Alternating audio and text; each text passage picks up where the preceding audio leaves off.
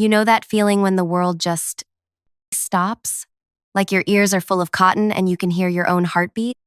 That's what happened when Tracy from HR slid that paper across her stupid IKEA desk. 60% pay cut. Effective immediately.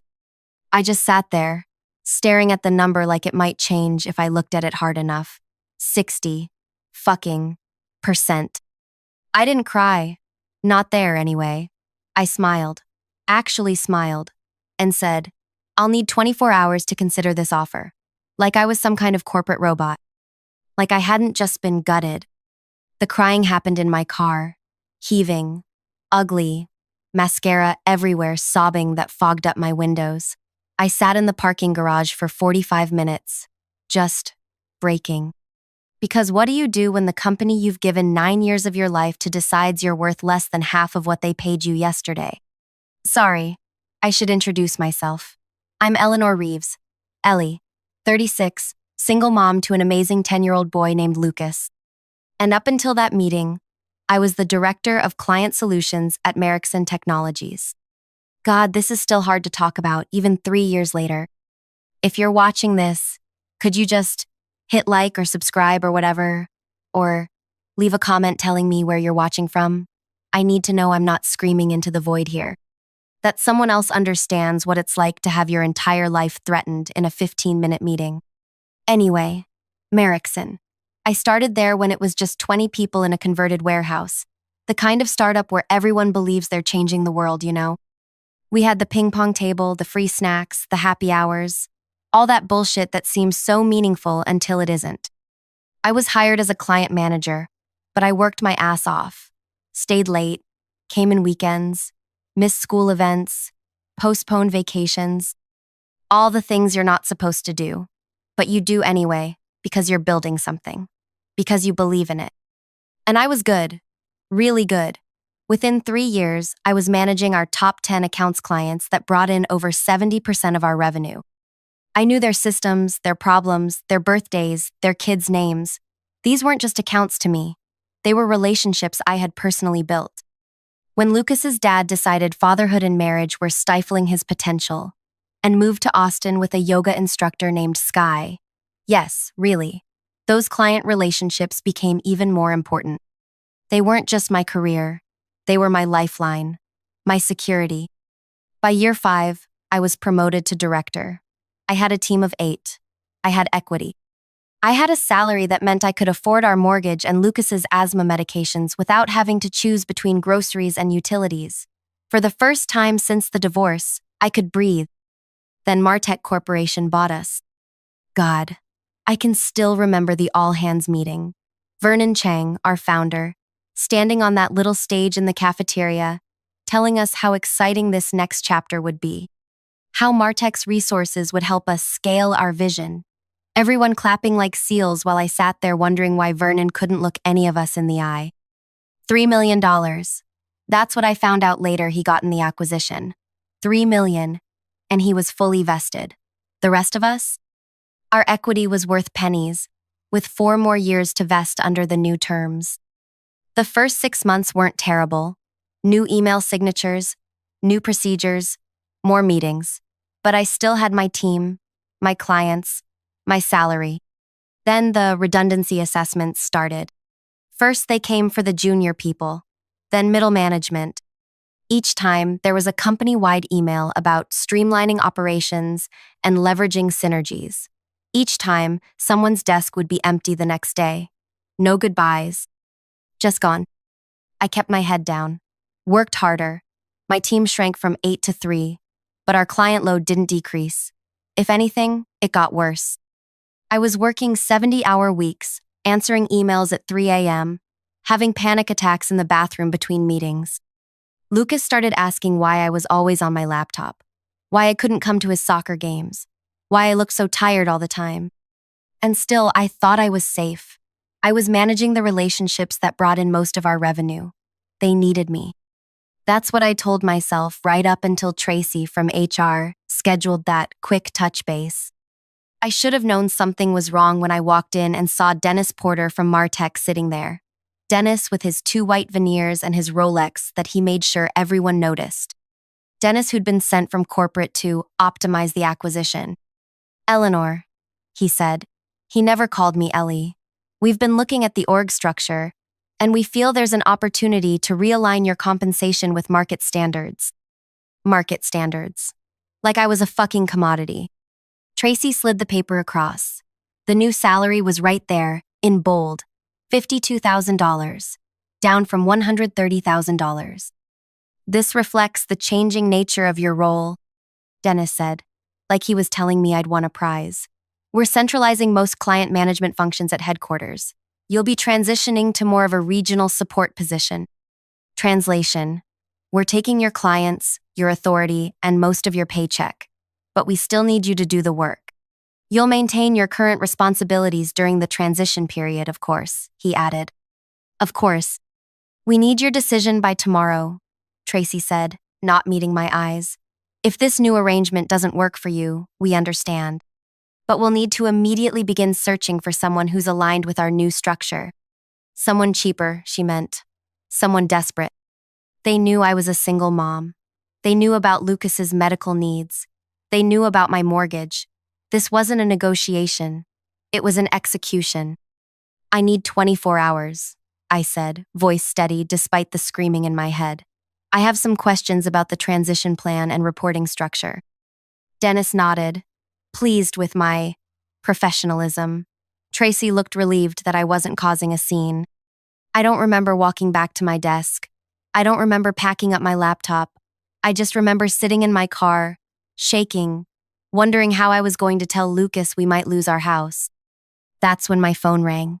Kira Chen, my old colleague who'd left Merrickson 6 months earlier. I almost didn't answer. But then I thought, what the hell?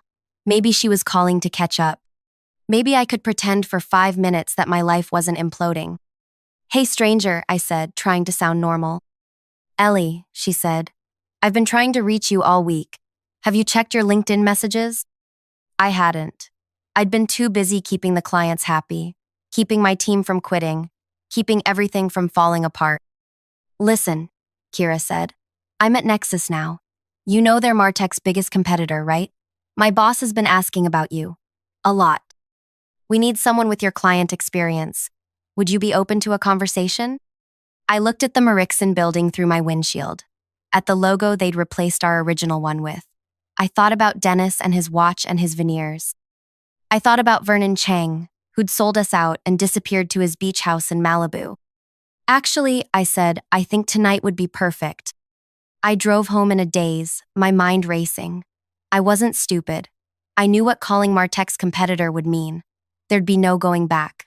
But they'd already decided I was disposable. What did I owe them? When I got home, I paid the babysitter, checked on Lucas, already asleep, I'd missed bedtime again, and opened my laptop.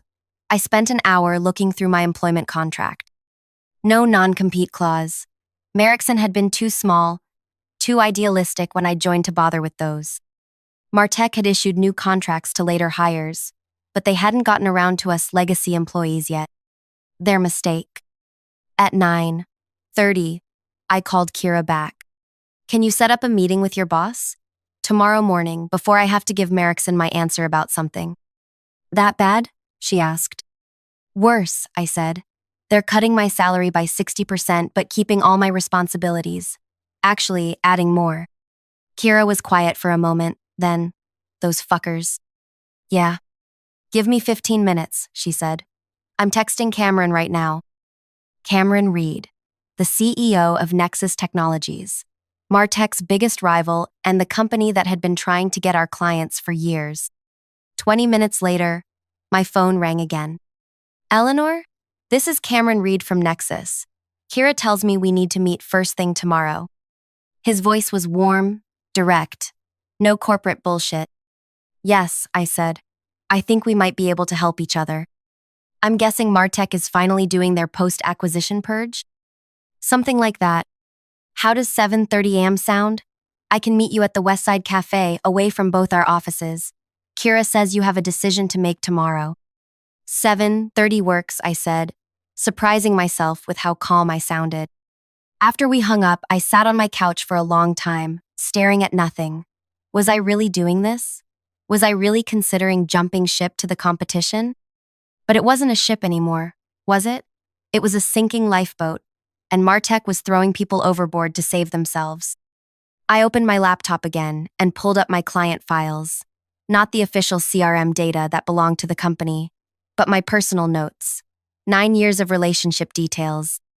Who to call when contracts got stuck in legal. Which CTOs were planning system overhauls. Which companies were unhappy with Martech's recent service changes. Information that wasn't confidential exactly, but was valuable. Very valuable. I'd built these relationships. I'd earned this knowledge. And tomorrow I was going to find out what it was worth.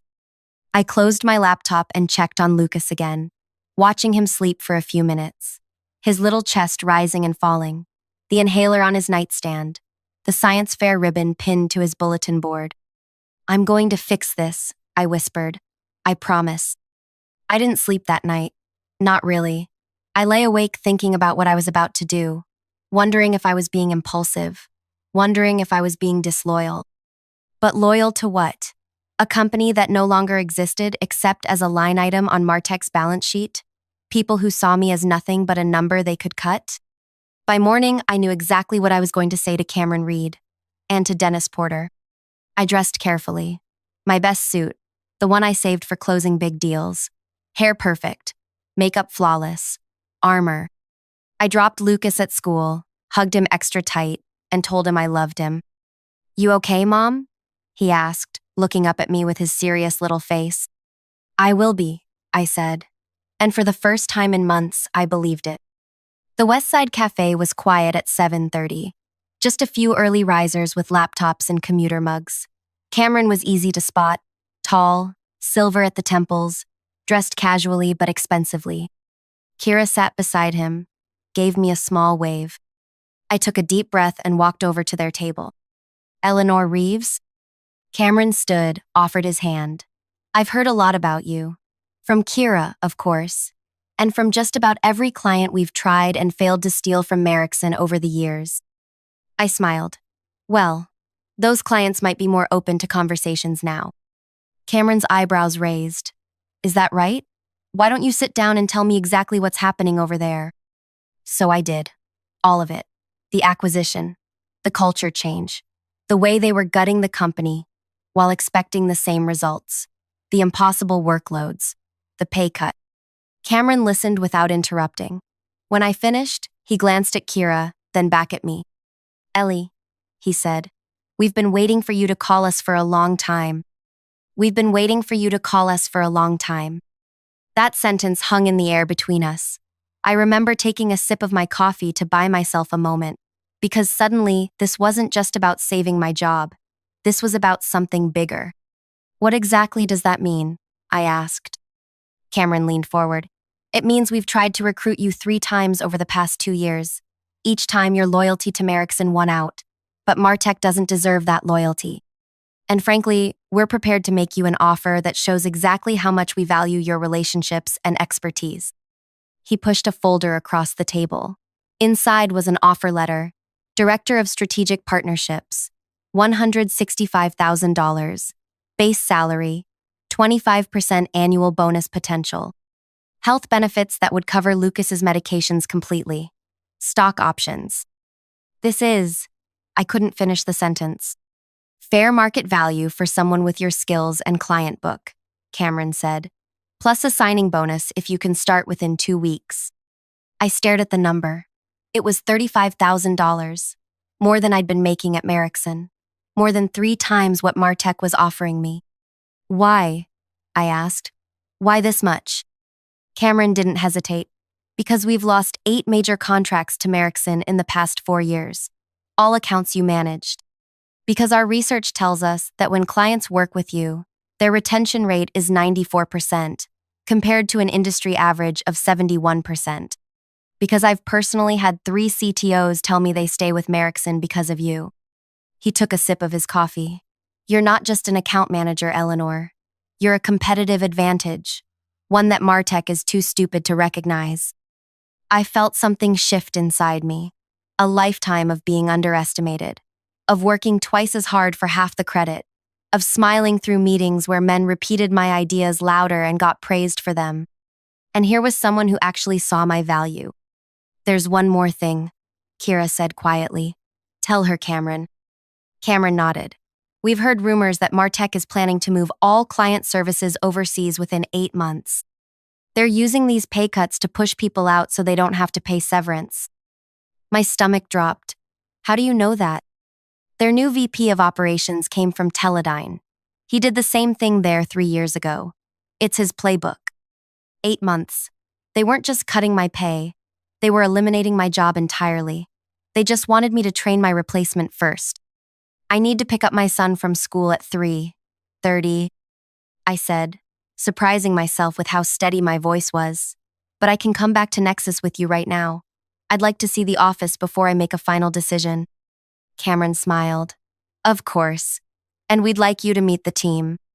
3 hours later, I walked back into Martech Regional Office 8, with a signed offer letter from Nexus in my bag and a plan forming in my mind. Dennis was waiting in the conference room, looking impatient. Tracy sat beside him, a folder with my name on it in front of her. "Eleanor," Dennis said, not bothering to stand, "have you made your decision?" I sat down across from them, placed my hands flat on the table, smiled. "I have some questions first," I said. Dennis sighed theatrically. "We really need a simple yes or no today. As we explained, we're restructuring the entire department." "I understand, but I manage our 10 largest accounts. I'd like to know who will be handling the Westfield implementation next month and the Alder contract renewal in June." Dennis waved his hand dismissively. "We'll distribute those responsibilities appropriately. That's not something you need to worry about." "Actually, I do worry about it. I promised Sonia at Westfield that I'd personally oversee their transition, and Mark at Alder specifically asked for my involvement in the renewal discussions." "Those are company relationships, not personal ones," Dennis said, his voice hardening. "Now, about the offer. Is it true you're moving client services overseas in 8 months?" I asked. The color drained from Dennis's face. Tracy suddenly became very interested in her folder. "Where did you hear that?" Dennis asked. "Is it true?" "That's confidential company information." "So that's a yes." I leaned forward. "Were you planning to tell me that before or after I accepted a 60% pay cut to train my replacement?" "This meeting is about your current offer, not hypothetical future restructuring," Dennis said, his jaw tight. "Now, do you accept the new terms or not?" I took a deep breath, thought about Lucas, about our house, about 9 years of my life. "I quit." The words hung in the air between us. Dennis blinked. "Excuse me?" "I quit. Effective immediately." He recovered quickly, his face settling into a smug smile. "I'm afraid company policy requires 2 weeks' notice from director-level employees." "Check my contract," I said. "The original Merrickson contract that was never updated after the acquisition. It states that notice periods are equivalent to severance periods. Since Merrickson never offered severance beyond 1 week, that's my required notice." The smile faltered. "You'll need to transition your accounts." "Actually, I don't. My contract also states that in the event of a compensation reduction exceeding 15%, all transition requirements are waived." I stood up. "That was added after Trey Miller quit and tried to hold his clients hostage for a better severance package. You might not remember that, since you weren't here, but I helped Vernon draft that clause." Dennis was turning an interesting shade of red. Tracy looked like she wanted to disappear into her chair. "You can't just walk out on your responsibilities," Dennis sputtered. "Watch me." I turned to go, then paused at the door. "Oh, and I've accepted a position with Nexus Technologies. Since Merrickson never implemented a non-compete agreement and Martech never asked me to sign one, I'll be starting there on Monday." The explosion I expected didn't come. Instead, Dennis's face went completely blank, which was somehow more terrifying. "You've just made a serious mistake," he said quietly. "We'll be reviewing all of your communications and client interactions. If we find even a hint that you've been poaching clients or sharing proprietary information, we'll bury you in litigation." I felt a chill. Not because I'd done anything wrong, I hadn't, but because I knew how these things went. Big companies with deep pockets could make your life hell, even if you were completely innocent.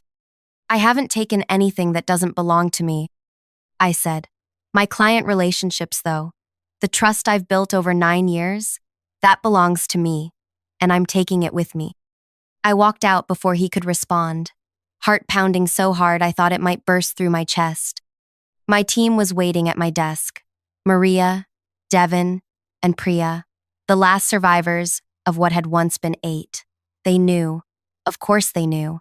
News travels fast in dying companies. Is it true? Priya asked. You're leaving? I nodded. What about us? Devin looked terrified. He had a baby on the way. Check your emails in an hour, I said quietly. All of you. I packed my desk quickly. Family photos. The stupid world's best boss mug my team had given me as a joke 2 Christmases ago. The emergency inhaler I kept for Lucas. 9 years of my life fit into one cardboard box. Security escorted me out. Company policy for high-level departures, they said. Like I was suddenly a threat. Like I hadn't given almost a decade of my life to this place. I didn't cry this time. Not in the elevator. Not in the lobby. Not even in my car. Instead, I pulled out my phone and made 3 calls. First, to Cameron. I've quit. They took it about as well as you'd expect. We'll have legal ready, he said. Don't worry. Second, to my old boss, Vernon Chang. He picked up on the 4th ring, sounding like he was on a beach somewhere. Ellie? Is everything okay? Not really, Vernon. Martech just tried to cut my salary by 60%. I quit and took a job with Nexus. Silence. Then, shit. I'm sorry, Ellie. The acquisition wasn't supposed to go like this. But it did, I said. And now they're threatening to sue me for accepting another job. A job that pays me what I'm actually worth. More silence. What do you need from me? I need you to remind them that you never implemented non-competes at Merrickson because you said, and I quote, if we don't treat people well enough to make them want to stay, we deserve to lose them. Vernon sighed. I'll call Gerald Martech myself. This isn't right. My third call was to Sonia West, CTO at Westfield International, our biggest client. The client whose system implementation was scheduled for next month. Sonia, it's Ellie Reeves. Ellie, I was just about to call you. We need to move up the timeline on the implementation by 2 weeks. The board... Sonia, I interrupted gently. I'm not with Merrickson anymore. As of today. The shock in her voice was audible. What? Where are you going? Nexus Technologies. Cameron Reed's company? Our backup vendor? Yes. There was a long pause. Is this because of the Martech acquisition? We've been worried about that ourselves. Service has been slipping. It is. They're making major changes, including removing me from your account. Another pause. Without telling us? Yes. Who's taking over the implementation? They wouldn't tell me. Bullshit, Sonia said. And that's why I loved her. 20 years in tech had stripped away any corporate niceties. This implementation is critical for us. The board is watching it personally. We specifically requested you in the contract. I know, I'm sorry. Don't be sorry. Send me your new contact info at Nexus. We need to talk. By the time I picked Lucas up from school, I'd received 14 text messages and 23 emails. 6 from my team, forwarding messages from Dennis instructing them to maintain client continuity and prepare transition documents for all my accounts. 1 from Vernon, confirming he'd spoken to Gerald Martech directly, and the rest from clients who'd somehow already heard I was leaving. Mom? Lucas climbed into the car, immediately sensing something was different. Why are you picking me up? It's not Friday. I turned to look at him. This beautiful, serious little boy who deserved so much better than a mother who was always working, always stressed, always one bad month away from financial disaster. I left my job today, I said simply. His eyes widened. The one you're always working at? The one that makes you cry sometimes when you think I'm asleep? My heart broke a little. Of course he'd noticed. Yeah, that one. Good, he said firmly. I didn't like how they treated you. Out of the mouths of babes. I got a new job, I told him. One that pays better and will give me more time with you, and better insurance for your asthma medications. He considered this. Will you be able to come to my science fair next month? Front row, I promised, with embarrassing signs and everything. He grinned. Cool. That night, after Lucas was asleep, my phone rang, a number I didn't recognize. Is this Eleanor Reeves? A man's voice, unfamiliar. Yes. This is Gerald Martek. I understand we have a situation. My blood ran cold. The founder and CEO of Martek Corporation, calling me personally. Mr. Martek, I said, trying to keep my voice steady. Yes, I suppose we do. Vernon Chang called me. He's very upset about how you've been treated. I said nothing, waited. I've also received calls from Sonia West at Westfield and Mark Chen at Alder Technologies, both expressing concern about your departure and hinting they may need to reevaluate their vendor relationships. Still, I waited. Ms. Reeves, are you actively encouraging our clients to follow you to Nexus? No, sir. I've simply informed them that I'm no longer with the company. They've drawn their own conclusions. Dennis Porter tells a different story. Dennis Porter offered me a 60% pay cut without any reduction in responsibilities, didn't tell me the position was being eliminated in 8 months, and then threatened to sue me for accepting another job. So you'll forgive me if I don't put much stock in his version of events. Silence. Then, the pay cut and outsourcing plan were not approved by me or the executive committee. And yet they happened. Another silence. What would it take to bring you back? To repair this situation? I almost laughed. You can't be serious. I'm very serious. Westfield and Alder represent over 20 million in annual contracts. If they leave, others will follow. We've run the numbers. It would be significantly less expensive to keep you than to lose those accounts. Now I did laugh. So I'm worth keeping if it costs you millions to lose me, but not if it just makes my life impossible? Do you hear yourself, Mr. Martek? Business is business, Ms. Reeves. I'm trying to offer you an opportunity here. No, thank you. I've accepted a position with Nexus, one that values me appropriately from the start, not just when you realize how badly you've screwed up. We're prepared to match their offer, plus a retention bonus. It's not about the money, I said, surprised to find I meant it. It's about respect. It's about 9 years of my life that your company dismissed without a thought. It's about the fact that you're calling me now, not because how I was treated was wrong, but because it's becoming expensive. What do you want then? He sounded genuinely confused. I want you to treat the people who are still there better than you treated me. I want you to look at what Dennis Porter is doing to that office and ask yourself if that's really the company you want to build. That's it? That's all you want?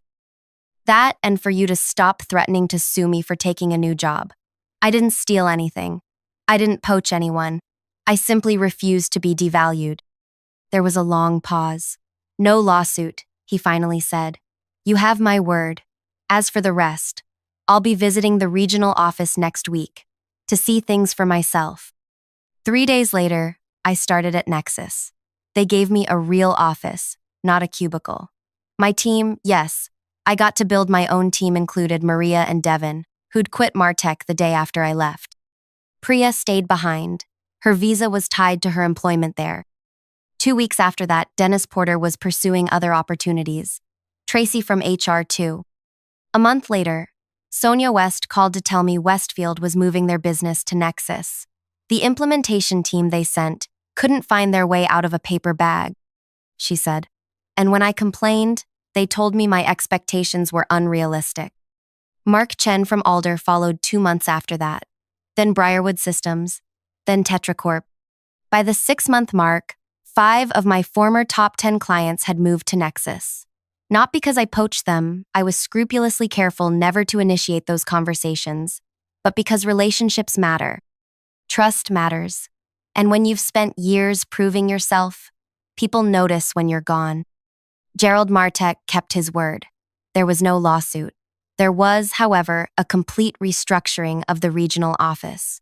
The overseas transition was quietly abandoned. Salaries were adjusted to better align with market standards. Too little, too late for many, including me. It's been 3 years now. I'm still at Nexus Executive Vice President of Client Success. I have a team of 22. I make more money than I ever thought possible. Most importantly, I make it home for dinner with Lucas almost every night. I haven't missed a science fair or a soccer game in years. Last month, I ran into Vernon Chang at a tech conference. He gave me a hug, told me he was proud of me, said leaving Merrickson was the best career move I could have made. "I should have protected you all better," he said, looking genuinely regretful. "I thought Martech would keep their promises." "It's business," I said, echoing Gerald Martech's words to me. "Nothing personal." But that's a lie, isn't it? It's always personal. Our work, our worth, our lives, they're deeply, intensely personal. Pretending otherwise is just a way for companies to treat people as disposable.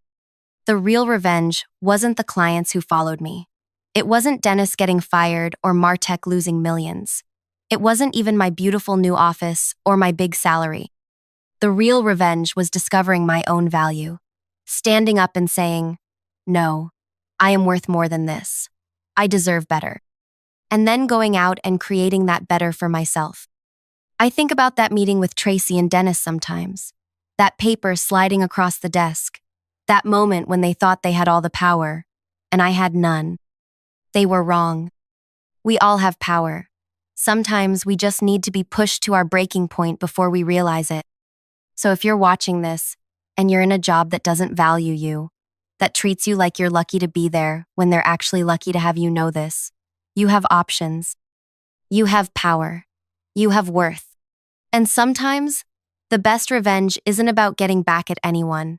It's about getting away and building something better. Even if it takes just one phone call to change everything, those positions require no skill. Anyone can push a mop. We're not running a charity. The words sliced into me as I knelt on the cold tile floor of the executive bathroom. Yellow rubber gloves slick with disinfectant, my knees aching from hours of scrubbing. I froze, rag in hand, as my daughter's voice drifted clearly through the air vent, connecting her boardroom to the bathroom I was cleaning. "The cleaning staff is asking for a 4% raise this year," she continued, her voice carrying the sharp, dismissive edge I'd never heard before I started working nights in her building. "I say we counter with 1.5% and remind them how replaceable they are in this economy." Laughter rippled through the room. Men and women in suits that cost more than I made in a month, finding humor in keeping people like me desperate. Like me, the woman who had once cradled her through fevers, who had worked 3 jobs to put her through college, who had gone hungry some nights so she could have new shoes for school. That woman now scrubbed toilets, 17 floors below her corner office. Invisible. "Besides," my daughter added, "most of them barely speak English. They should be grateful we provide jobs at all." I closed my eyes, the chemical smell of bleach burning my nostrils as something far more caustic burned in my chest. 25 years of sacrifices crystallized into this moment. My brilliant, beautiful daughter, the CEO I had raised alone, speaking about people like me as if we were machinery requiring minimal maintenance. People like me, her mother, who she believed was an executive assistant at another firm, who she called each month to boast about her accomplishments while I pretended my fictitious career was thriving. The boardroom door opened. Instinctively, I ducked into a stall, pulling the cleaning cart in with me. Through the crack, I watched as my daughter entered, designer heels clicking on tile. She didn't glance my way as she washed her hands, checking her reflection and touching up her lipstick. For a moment, we existed inches apart, her in a tailored suit worth thousands, me in a faded blue uniform with night maintenance stitched above the pocket. Mother and daughter, boss and janitor. She left without ever seeing me. That night, as I emptied her personal trash bin and found a half-eaten sandwich tossed carelessly atop documents marked confidential, something shifted inside me. Not anger, clarity. The sandwich could have fed me for dinner. The papers revealed plans to outsource 50 jobs while announcing record profits. And there, tucked beneath it all, an invitation to next week's annual charity gala, Lifting Communities Through Corporate Responsibility, where my daughter would give the keynote speech. I stared at my reflection in her office window, the nighttime city sparkling below, and for the first time in 25 years, I saw myself clearly. Not just a mother who had sacrificed everything, a woman who had become invisible to her own creation. And I knew exactly what I needed to do. Hey, if you're connecting with this story so far, you know how it feels when someone you've given everything to doesn't see your worth. Hit like if you've ever been underestimated or made invisible, and subscribe to join me on this journey of standing up for ourselves. Let me know in the comments if you've ever had to confront someone who forgot where they came from. Now, let's get back to how this all began. My name is Amelia, though most people at work call me Miss A or just ma'am. I'm 61 with hands rough from cleaning products and a back that aches when it rains. I have one daughter, Petra, who believes I work as an executive assistant making $6,000 a month at a rival financial firm. The truth is, I make $14.75 an hour cleaning the building where she's the CEO, working from 10 p.m. to 6 a.m., 6 nights a week. Our story began 36 years ago when I was 25 and studying accounting. I met Petra's father at a campus mixer, charming, ambitious, with dreams of Wall Street. By the time I discovered I was pregnant, he had already accepted a position across the country. When I called to tell him, his response was a transferred amount, enough for an appointment and a blocked number. I chose my daughter instead of that appointment. I chose her instead of my degree, dropping out with only 3 semesters left. I chose her over sleep, working as a bookkeeper by day, waitress by evening, and weekend retail clerk. Every extra penny went toward giving Petra what I couldn't have: private school, music lessons, summer programs for gifted children.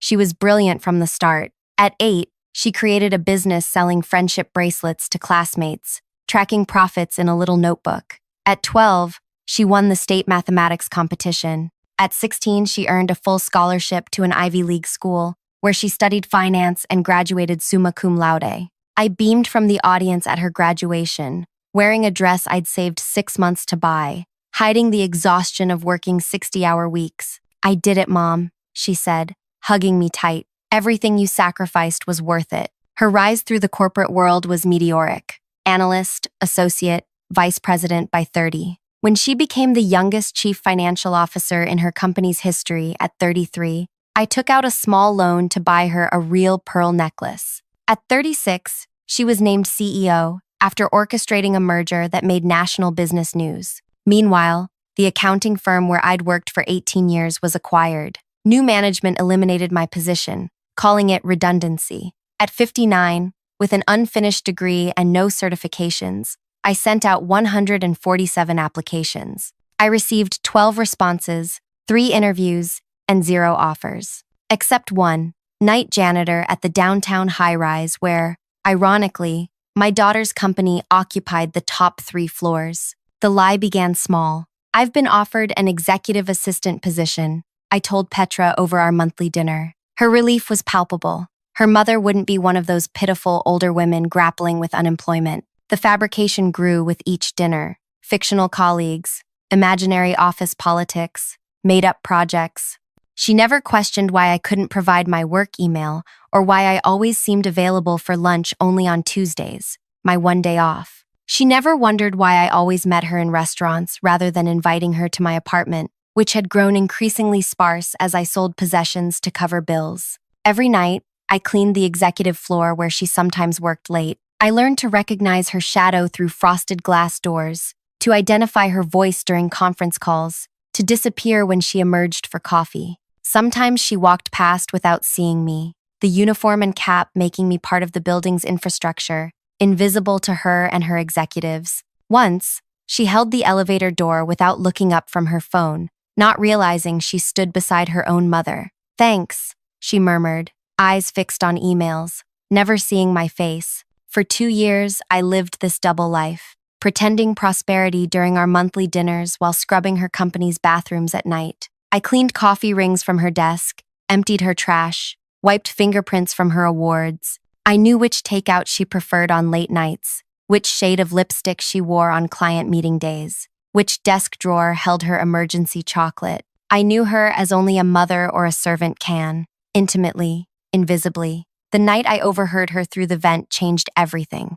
Her words about the cleaning staff, about me, revealed a truth I had been hiding from. My daughter had become someone who believed her success was entirely self-made, who had forgotten the shoulders she stood upon. The next day, instead of sleeping, I visited the bank. My savings account held $4,126, accumulated pennies from 18 years of tucked-away tips and birthday checks I'd never cashed. I withdrew it all. Next, I visited a small boutique I could never afford. The saleswoman looked dubious until I explained what I needed and why. Her expression softened. My mother cleaned houses to put me through school, she said, helping me select a simple black dress that made me look dignified rather than desperate. I took my blue maintenance uniform to a tailor and paid extra for rush alterations. Make it elegant, I requested. Something that could be worn to a formal event. That night, I called in sick to work for the first time in 2 years. Instead of donning my uniform, I spent hours practicing what I would say,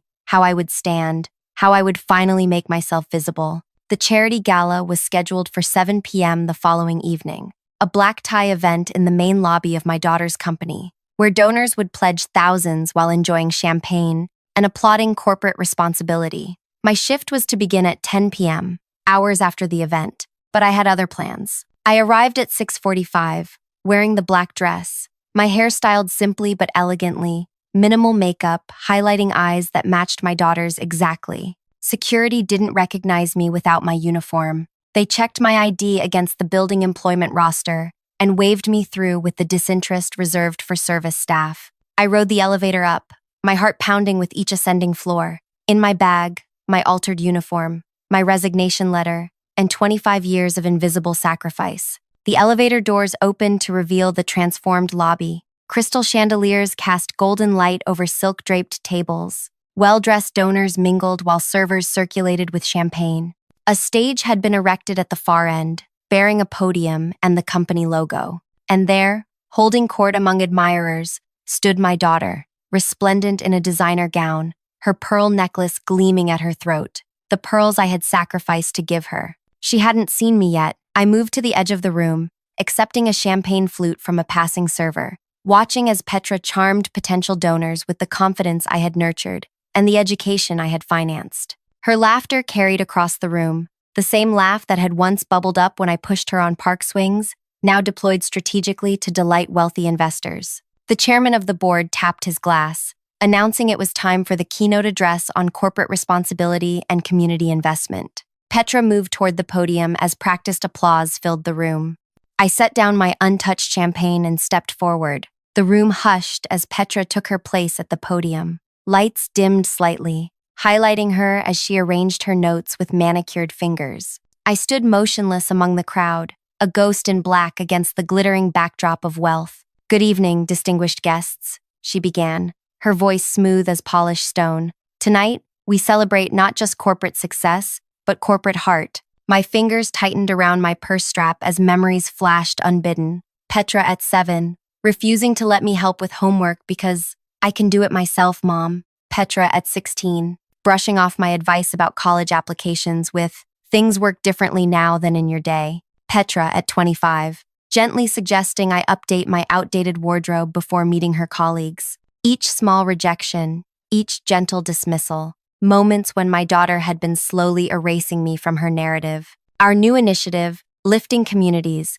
represents our commitment to those less fortunate, she continued, her confident smile never wavering. "We believe everyone deserves a chance to rise." A server passed with champagne. I declined with a small shake of my head, needing clarity for what would come next. Around me, the audience of executives and donors nodded appreciatively at my daughter's words, believing the carefully crafted story of corporate benevolence. "Success comes with responsibility," Petra said, her gaze sweeping the room. "Those of us who have climbed the ladder must extend a hand to those below." I nearly laughed aloud at the irony. My daughter, who couldn't see her own mother 17 floors below her office, speaking about extending hands. As she outlined the initiative's details, mentorship programs for underprivileged youth, scholarships for first-generation college students, I remembered the night everything changed between us. Her college graduation dinner, when she'd first shown signs of becoming someone I didn't recognize. We'd gone to a restaurant nicer than our usual places, a celebration splurge. When the server brought our drinks, he spilled water on the table. I quickly used my napkin to help clean up, an instinctive gesture from years of service work. "Mom," Petra had whispered, mortified, "don't do that. It's his job."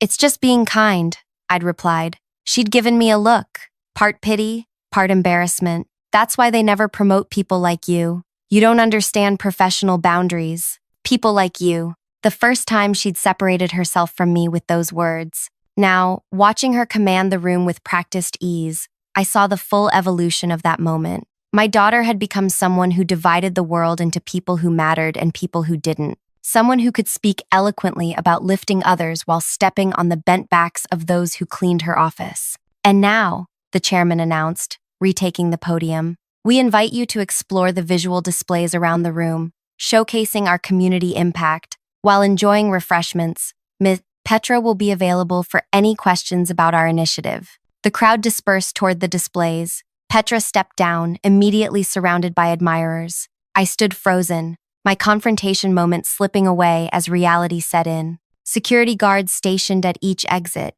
important clients clustering around my daughter, the careful choreography of wealth and power that had no space for a cleaning woman's truth. What had I expected? That I would dramatically reveal myself and she would crumble with remorse? That the wealthy donors would gasp in collective shock and demand justice for the invisible workers? I clutched my purse tighter, feeling the altered uniform inside. My grand gesture suddenly seemed naive, pathetic even. A tall man approached Petra, leaning close to whisper something that made her laugh. I recognized him as Wade, her company's new marketing director, mentioned during our last dinner as brilliant and exactly what the company needs. The way she tilted her head, the slight touch of her hand on his arm, I knew that look. My daughter was romantically interested in this man. I stepped back, finding a quiet corner to regroup. The confrontation I'd planned now seemed impossible in this crowd. But leaving felt like surrender, another instance of making myself small for my daughter's comfort. As I debated my next move, I overheard two executives nearby, cocktails in hand. "Petra really pulled it off with this charity thing," the woman said, swirling her drink. "Board was ready to crucify her after that wage freeze leak." "Masterful pivot," her companion agreed. "Nothing distracts shareholders like pretty pictures of helping poor kids while actually cutting costs." Between us, most of the money for this initiative is just reallocation from the Employee Benefit Fund.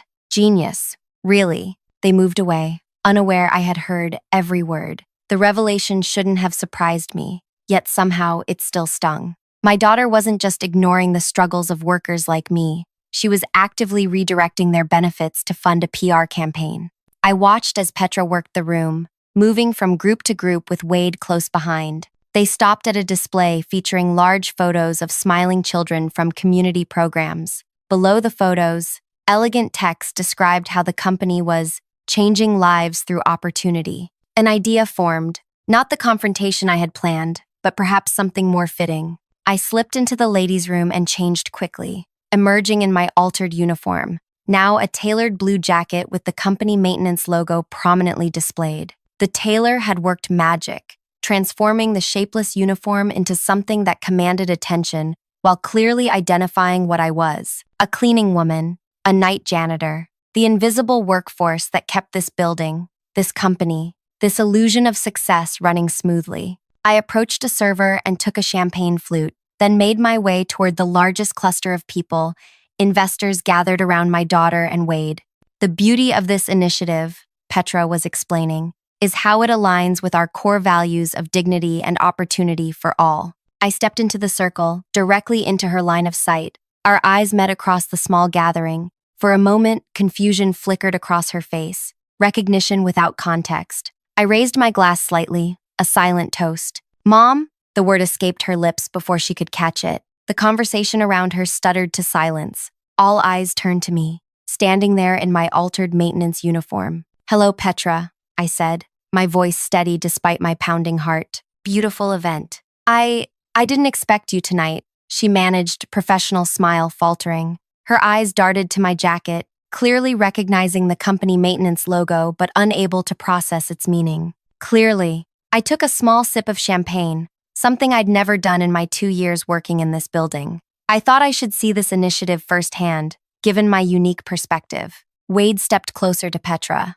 protective. "I don't believe we've met. You're Petra's mother?" "Yes," I said, though I'm more commonly known around here as Miss A from night maintenance. Floor 41 through 43. Executive bathrooms are my specialty. The silence that followed was absolute. Petra's face drained of color as her carefully constructed worlds collided. The investors exchanged glances, discomfort evident. There must be some mistake, Petra finally said, forcing a laugh. My mother is an executive assistant at Meridian Financial. Perhaps the uniform is for some kind of demonstration? The lie hung between us, her final attempt to preserve the fiction we'd both maintained. No mistake, I said quietly. For 2 years, I've cleaned the executive floors of this building from 10 at night until 6 in the morning, including your office, Petra. I know you take your coffee black on weekdays and with cream on weekends. I know you keep spare shoes in your bottom desk drawer. I know you eat dinner at your desk 3 nights a week. Her face crumpled for just a moment before she caught herself. Perhaps we should discuss this privately. Why? I asked, genuinely curious. You were just speaking about dignity and opportunity for all. I thought you'd be proud to highlight an actual worker in your building, someone directly affected by your policies. Wade tried to salvage the situation. Let's all give Petra and her mother a moment, shall we? He gestured for the investors to move toward another display. As the group reluctantly dispersed, Petra gripped my elbow and steered me toward a quiet corner, her smile never faltering despite the fury in her eyes. What are you doing? She hissed once we were alone. Are you trying to humiliate me? Humiliate you? I repeated softly. Is having a mother who cleans humiliating? You know that's not what I meant. You've been lying to me for 2 years about your job, and you've been lying to yourself your entire adult life about how you got where you are. Her face hardened. I worked for everything I have. Yes, and so did I. So do all the people you dismiss as unskilled and replaceable. This isn't the place. No, I interrupted. It's exactly the place. Your Lifting Communities initiative cuts funding from worker benefits to create a PR campaign. I heard your executives discussing it. She paled slightly. You don't understand complex business decisions. I understand enough. I understand that last month, you denied a 4% raise to cleaning staff while approving executive bonuses. I understand that you called people like me, people like your mother, unskilled and replaceable. I never said, I heard you through the air vent while cleaning your private bathroom. Anyone can push a mop. We're not running a charity. I quoted her exact words. Petra fell silent, calculating her next move with the strategic mind that had made her CEO at 36. What do you want? She finally asked, her voice low and controlled. It was the question I'd been asking myself for weeks. What did I want? Apologies? Recognition? For her to feel the humiliation I'd felt, kneeling on bathroom floors while she walked past without seeing me? I want you to see, I said simply. Really see the people you step over on your way to success. People like me. The chairman approached, sensing tension. Everything all right here, Petra? She composed herself instantly. Of course. Just catching up with my mother. She works in building maintenance and had some valuable insights about our initiative. The practiced lie came so easily to her lips. Even now, she couldn't acknowledge the truth. Actually, I said, turning to the chairman, I was just explaining to my daughter that I'll be resigning from my position tonight. Resigning? Petra repeated, surprise breaking through her composed facade. Yes. I reached into my purse and withdrew an envelope, handing it to the chairman rather than to Petra. My formal resignation, effective immediately. The chairman accepted it awkwardly. I don't typically handle maintenance staff matters, but I'll see this reaches the proper department. Thank you, I said. And while I have your attention, you might want to know that the cleaning staff is planning to unionize next month. Just a little insider information from someone invisible enough to hear things not meant for executive ears. His expression shifted from confusion to concern. I appreciate the insight. Mom? Petra's voice held a warning. You're making a scene.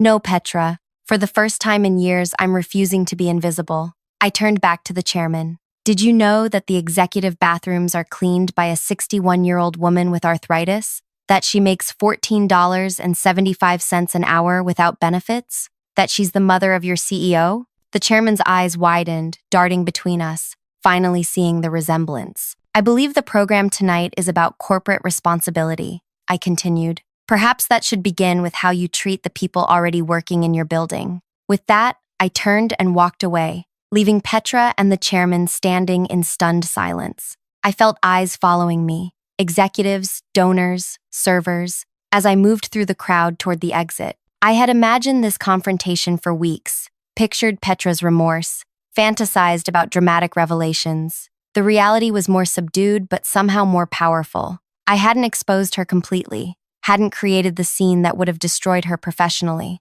Instead, I had cracked the foundation of her carefully constructed image, with her chairman, and most importantly, with myself. As I reached the door, I heard quick footsteps behind me. "Mom, wait." Petra's voice, stripped of its professional polish, sounded suddenly young. I paused, hand on the door, not turning around. "You can't just leave like this," she said, her voice low enough that only I could hear. "What am I supposed to tell people?" I turned slowly to face my daughter, my brilliant, ambitious, flawed creation. "Tell them the truth, Petra." Her eyes, so like mine, filled with something complex. Anger, fear, and beneath it all, a recognition she wasn't ready to acknowledge. "Where will you go?" she asked. I smiled slightly. "You know, for 2 years you never once asked where I lived or how I survived on what you believed was an executive assistant's salary. Why start caring now?" The words landed like a slap. She flinched, mask slipping to reveal genuine hurt. "Because you're my mother," she whispered. "Yes," I agreed. "I am. I always have been, even when you couldn't see me." I pushed the door open, stepping into the cool evening air, the weight of 25 years of invisible sacrifice, lifting from my shoulders with each step away from the building. Behind me, Petra called my name once more, but for the first time in her life, I didn't turn back. The night spread before me, full of possibility and a strange, uncharted freedom. I had no job, dwindling savings, and an uncertain future,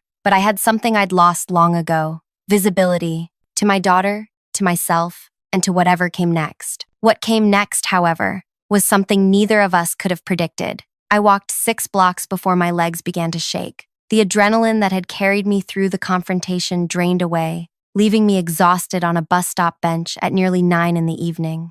Reality crashed over me like a wave. I had just quit my only source of income. My rent was due in 10 days. I had $4,126 to my name, minus what I'd spent on the dress and alterations. My phone vibrated in my purse. Petra's name flashed on the screen.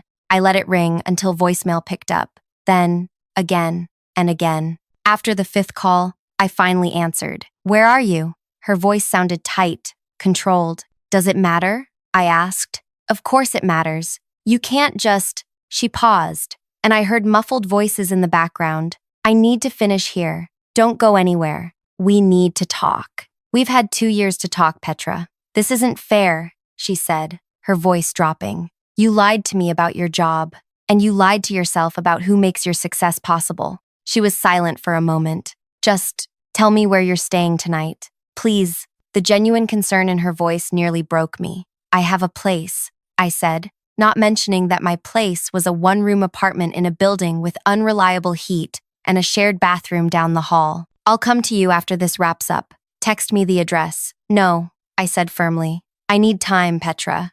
"Mom, goodbye." I ended the call and turned off my phone. The bus arrived, and I boarded without a clear destination in mind. I just needed to move, to put distance between myself and the building where I'd spent 2 years of nights being invisible. Eventually, I found myself at an all-night diner where the waitress called everyone honey and didn't ask questions when I ordered only coffee. I sat in a corner booth until nearly midnight, watching people come and go, planning my next steps. By morning, I had decided I would use my savings to rent a small room in a different part of the city. I would find another job, not cleaning, not at night. I would rebuild my life without the fiction of success or the comfort of my daughter's occasional attention. I spent 3 days avoiding Petra's calls and messages, which grew increasingly desperate. On the 4th day, I turned my phone back on to find 17 missed calls and a series of texts ranging from angry, "This is childish," to pleading, "Please just let me know you're safe." Finally, I responded with a simple message: "I'm fine. Need time." Her reply came instantly. "Where are you staying?" "I've been to your old apartment. Landlord said you moved out." I hadn't planned to tell her that I'd been forced to leave my apartment months ago when the rent increased beyond what I could afford on my janitor's salary. That I'd been subletting a room from another cleaning woman. sleeping on a fold-out couch while maintaining the fiction of comfortable independence during our monthly dinners. I have accommodations. I wrote back. Technically true, as I'd paid for a week at a budget motel while searching for something more permanent. We need to talk in person, she insisted. Part of me wanted to see her, to continue the conversation we'd started at the gala. But another part, the part that had endured years of growing invisibility, knew it was too soon. I needed to establish myself first, to meet her as equals rather than as a mother in need. Not yet, I replied. The next morning, as I scanned job listings at the public library, an email notification appeared on my phone. The subject line read, Director of Workforce Ethics Position, Interview Request. I opened it with confusion. I hadn't applied for such a position. Dear Ms. Amelia, it read, your resume was forwarded to us by a member of our board who believes your unique perspective would be valuable to our organization. We would like to interview you for our newly created Director of Workforce Ethics position. The company name sent a jolt through me, Petra's largest competitor. I stared at the email in disbelief. I hadn't submitted a resume. I had no qualifications for a director-level position. It had to be a mistake. Or not a mistake at all. I called the number listed. A polite receptionist confirmed the interview request was genuine. When I asked who had forwarded my resume, she checked her notes. A Mr. Wade Jensen recommended you, she said. He joined our board last week. Wade, the marketing director who had stood beside Petra at the gala, the man she was interested in. I ended the call, mind racing. Why would Wade, who had witnessed my confrontation with Petra, recommend me to her competitor? Was this a trick, a trap, or something else entirely? 2 hours later, my phone rang with an unknown number. Amelia? This is Wade Jensen. I believe my assistant reached out about an interview. She did, I said cautiously, though I'm confused about why. He chuckled softly. Your performance at the gala made quite an impression, not just on me, but on several board members from Sterling Financial who were in attendance. Sterling Financial, I repeated, Petra's competitor. Yes, I should explain, I was never actually employed by your daughter's company. I was there as a consultant, evaluating their corporate culture for Sterling. We've been concerned about their labor practices for some time. My mind struggled to process this information. So you were, what? A spy? Corporate consultant, he corrected smoothly. Hired to assess a potential acquisition target. What I found, and what you confirmed, was a company with serious ethical issues regarding their treatment of workers. And now you want to interview me for a director position? I have no qualifications. You have the most important qualification, lived experience. Sterling is creating this position specifically to address the blind spots that companies like your daughters exploit. Who better to identify those blind spots than someone who has lived in them? The offer seemed too perfect, too convenient. Why would Sterling hire someone like me? Because Sterling is planning to acquire your daughter's company within the year, Wade said bluntly. And they want to do it right. That means addressing the toxic culture before it infects their organization. I sat down heavily. Does Petra know about this planned acquisition? Not yet. The first she'll hear of it will be at next month's shareholders meeting, when Sterling announces its initial offer. My head spun with implications. And you want me to help with this hostile takeover of my daughter's company? Not hostile. Necessary, Wade corrected. And we don't want you to help with the takeover. We want you to help with what comes after, creating ethical workplace policies that value all employees, from executives to maintenance staff. The irony wasn't lost on me. After years of invisibility, I was being offered a position where my specific perspective was not just valuable, but essential. Think about it, Wade said. The interview is scheduled for Thursday at 10 a.m. Whether you decide to join us or not, your insights at the gala made a difference. Things are already changing at your daughter's company. Emergency board meetings, reviews of compensation policies, quite a bit of damage control. After we hung up, I sat motionless, considering paths forward. The director position would be life-changing. Financial stability, meaningful work, validation of my worth. But it would come at the cost of helping dismantle my daughter's achievement. Could I do that to her, after everything I'd sacrificed to help her succeed? The next day, I received another email, this one from the chairman of Petra's company. The subject line read simply, meeting request. The message was brief and formal, inviting me to discuss mutual concerns at his office. No mention of Petra, no acknowledgement of my former position as a janitor. Just a request for a meeting as if I were any other business contact. I replied, accepting the meeting, curiosity overriding caution. When I arrived at the building I'd cleaned for 2 years, the security guard, who had never once looked at my face, greeted me by name and escorted me to the executive elevator, a space I had only entered before while pushing a cleaning cart. The chairman's assistant offered me coffee in a real mug, not the styrofoam cups provided in the maintenance break room. These small acknowledgments of humanity, being seen, being offered basic courtesies, highlighted how completely I had been overlooked before. The chairman rose when I entered, extending his hand. "Miss Amelia, thank you for coming." "It's just Amelia," I said, taking a seat across from him. He nodded, looking uncomfortable. "I'll be direct. Your comments at the gala have caused significant reconsideration within our organization. Several board members were troubled by what you revealed about our labor practices." I only spoke the truth. "Yes, well, truth can be uncomfortable." He shifted in his leather chair. "We've initiated a comprehensive review of our compensation structures, particularly for support staff." I waited, saying nothing. "Additionally," he continued, "we've become aware of interest from Sterling Financial in acquiring a significant stake in our company." So Wade had been telling the truth. "I've heard rumors," I said carefully. "Given these circumstances, we find ourselves in need of guidance. Someone who understands both sides of our organization, the executive vision and the worker experience." He leaned forward. "We'd like to offer you a position as special advisor on workforce relations, reporting directly to the board." The offer was so unexpected I almost laughed. "You want to hire the janitor who embarrassed your CEO at a charity gala? We want to hire the woman who had the courage to speak truth to power, who understands our blind spots, and who happens to have a unique connection to our company leadership." I understood the unspoken part immediately. They wanted to neutralize me, to prevent me from working with Sterling, to use my relationship with Petra as leverage in the coming acquisition battle. "And what does my daughter think of this proposal?" I asked. The chairman's slight hesitation told me everything. "Petra understands the business necessity." "Does she?" I stood up. "I appreciate the offer, but I'll need time to consider it." Of course." He handed me a folder, the complete compensation package. "Please review it before making your decision." I left the building with 2 job offers in hand, one from my daughter's company, trying to keep me close, and one from their competitor, trying to use my knowledge against them. Both offering more money than I'd ever earned, both seeking to leverage my unique position. That night, Petra appeared at my motel door. I wasn't surprised she had found me. Her resources were considerable. "May I come in?" she asked, looking exhausted in a way I'd never seen before. I stepped aside, letting her enter the small room with its sagging bed and buzzing fluorescent light. "You've been living like this?" she asked, looking around. "Only recently," I said. "Before, it was worse." She flinched.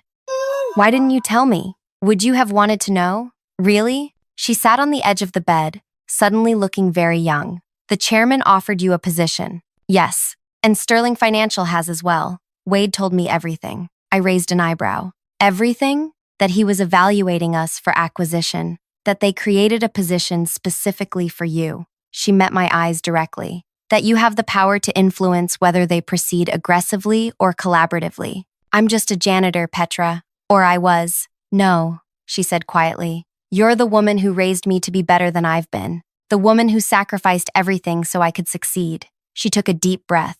"And now you're the woman who could help destroy everything I've built, or help me transform it into something worthy of your sacrifices. And is that why you're here? To convince me not to work with Sterling?" "I'm here because you're my mother." Her voice cracked slightly. "And because I've been trying to figure out how I became someone who could walk past her own mother without seeing her. For the first time in years, I saw genuine vulnerability in my daughter's eyes. Not calculation, not performance, just raw emotion. "I've spent the past week reviewing every policy I've implemented," she continued. "Every decision I've made about worker compensation. And I realized something terrifying. I've become exactly the kind of executive I used to despise when I was younger." "People change," I said. "Yes, but they can change back." She straightened her shoulders. "I've called an emergency board meeting for tomorrow. I'm proposing a complete restructuring of our compensation system. Living wages for all employees, comprehensive benefits, advancement opportunities for support staff. Because you're afraid of Sterling's acquisition? Because it's right, she said firmly.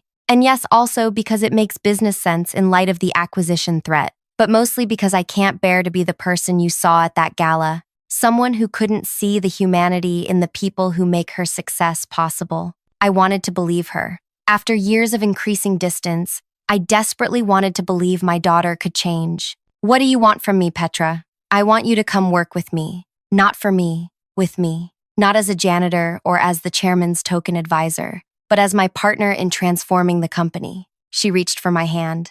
I need your perspective, your honesty, your visibility. Her offer was everything I should have wanted: recognition, purpose, reconciliation with my daughter. Yet something held me back. And if I choose Sterling instead? I asked. Her expression tightened, but she nodded. Then I'll know I've lost your trust completely, and I'll have to earn it back some other way.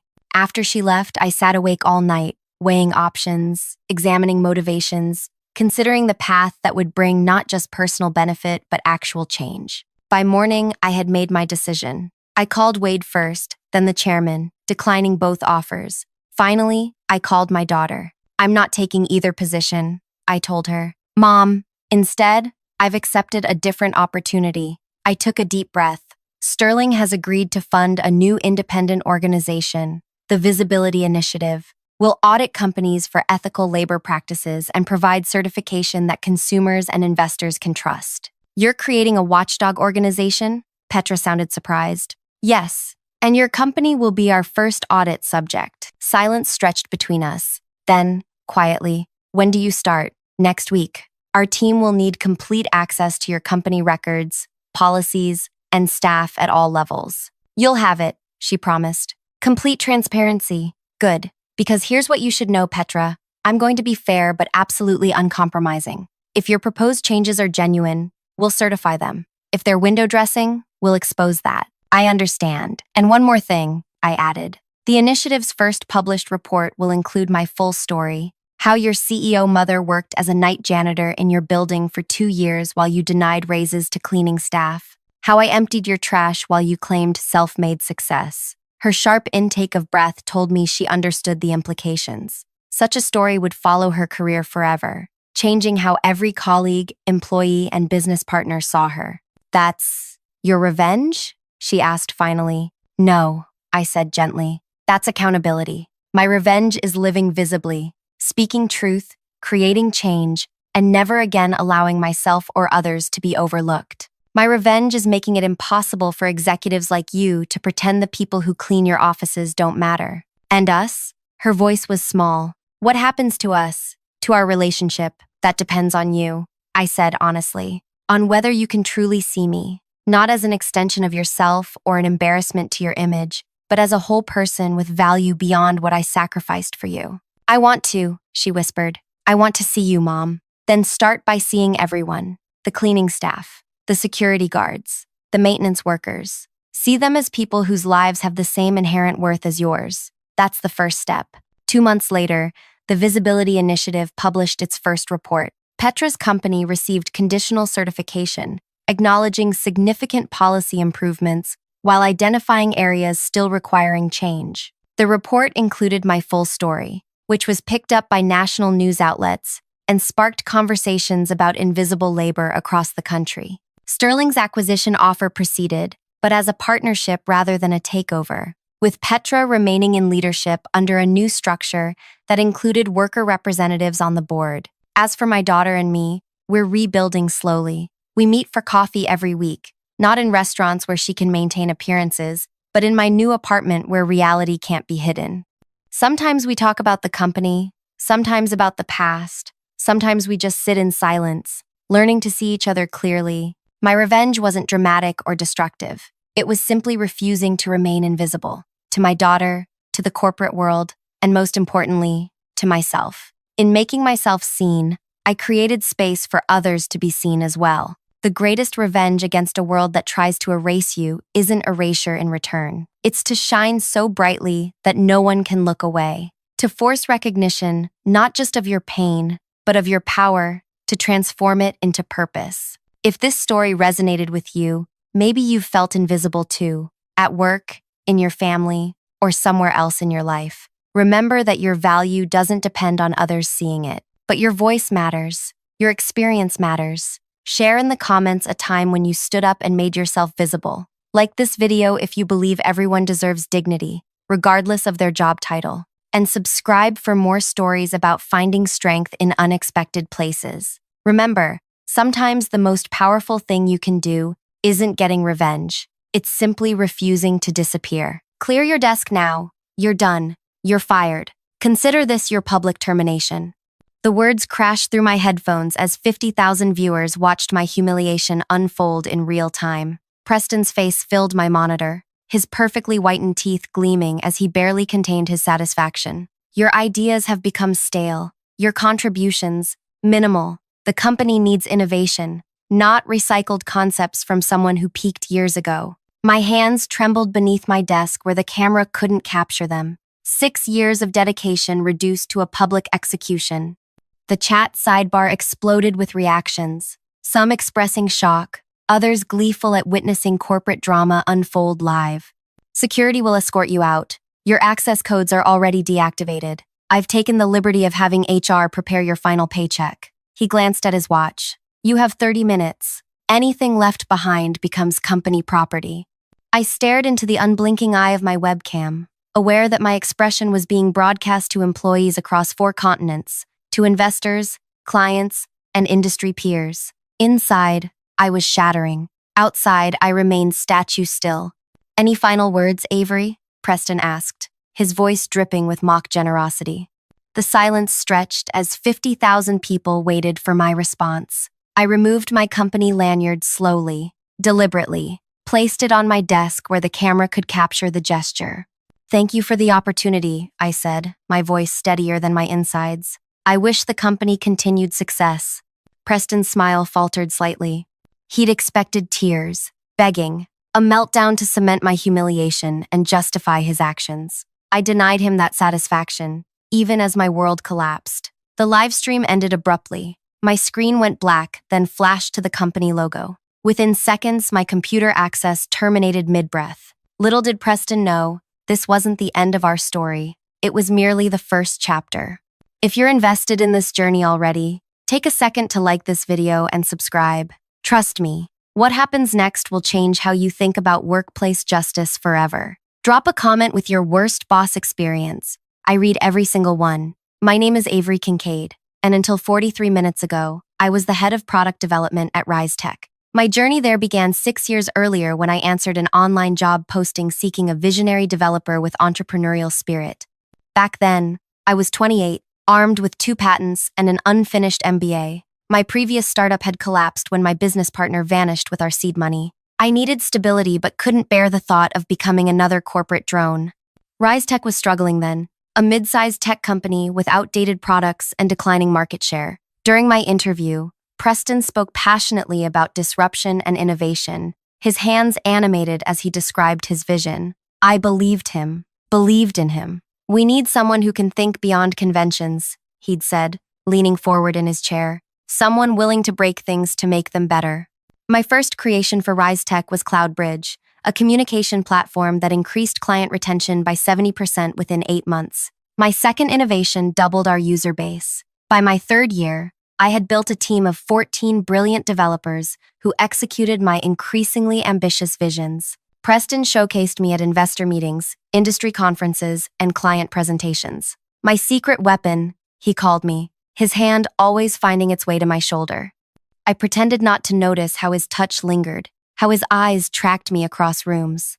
The warning signs appeared gradually. First came the separate meetings, strategy sessions. I wasn't invited to despite leading the products being discussed. Then came the strange interactions with colleagues who suddenly seemed uncomfortable around me. Preston thinks we should take a different approach, became the preamble to ignoring my input. The milestone came during the Baker presentation. I'd worked 18-hour days for weeks perfecting our pitch to land Baker Enterprises, potentially our biggest client. 10 minutes before the meeting, Preston texted, "Taking this one solo. Wait by your phone in case I need technical details." I never received that call. Baker signed a 3-year contract worth $20 million. At the celebration party, Preston raised his glass. When I first envisioned this approach to serving clients like Baker, I knew execution would be everything. My team exchanged glances. They knew whose vision it had been. That night, I made the first investment, 8,000 shares of RiseTech stock purchased through my personal account. It was a substantial portion of my savings, but watching Preston take credit for my work had crystallized something inside me. I needed leverage beyond my talents and contributions. As weeks turned to months, the pattern intensified. My team members were reassigned one by one. My budget was cut. My office was relocated to a smaller space away from the executive floor. Restructuring, Preston explained when I confronted him. Nothing personal. Each time he undermined me, I purchased more shares. Each time he took credit for my ideas, I increased my position. While Preston spent his growing bonuses on Italian sports cars and vacation properties, I lived modestly in my one-bedroom apartment and drove my 10-year-old sedan. He never questioned why I didn't upgrade my lifestyle as my salary increased. He never wondered where my money went. His blindness to my financial acumen became my greatest advantage. The day everything changed began normally. The quarterly all-hands meeting, typically a dry review of company performance, had been mysteriously rebranded as RiseTech Future Vision with mandatory attendance. I logged in from my desk, noting the unusually high viewer count. 50,000 people watched as Preston spent 30 minutes outlining ambitious growth plans, repeatedly using phrases like fresh leadership and new direction. Then came the moment that began this story, my public termination. After the live stream ended, security appeared at my desk. 2 guards, expressionless as they watched me pack photos, notebooks, and the small plant I'd nurtured for years. Colleagues averted their eyes as I walked the gauntlet to the elevator. Some typed furiously, undoubtedly updating their resumes, fearing they might be next. Outside, rain soaked through my thin jacket as I waited for my rideshare. 6 years of 60-hour weeks, breakthrough innovations, and loyal service, all ending with me, standing alone on a curb, clutching a cardboard box. That evening, I sat in my apartment watching RiseTech stock dip slightly in after-hours trading. The termination news had leaked beyond our company walls. Industry forums buzzed with speculation. My phone filled with messages from former colleagues and recruiters. I ignored them all, focused instead on the shareholder registry that had updated at midnight. The quarterly filing would now reflect my most recent purchases. At precisely 8:17 p.m., my phone rang with an international number I didn't recognize. "Good morning, ma'am," said a gravelly voice. "This is Jeffrey Harlow, chairman of the board at RiseTech. I've just landed in Singapore and heard what happened. Completely unacceptable." I almost corrected his formal address, then realized. The registry had updated, and Jeffrey had seen it. "Thank you for your concern," I replied carefully. "I've called an emergency board meeting for tomorrow," Jeffrey continued. "Would you be available to join via video conference? Say, 3 p.m. your time?" As I ended the call, my phone buzzed with a text message. "Preston, minor misunderstanding today. Let's discuss privately before things escalate. Breakfast tomorrow? My treat." I placed my phone on the coffee table and smiled for the first time since the live stream. The game had changed, but Preston didn't know the new rules yet, or that I'd been the one to write them.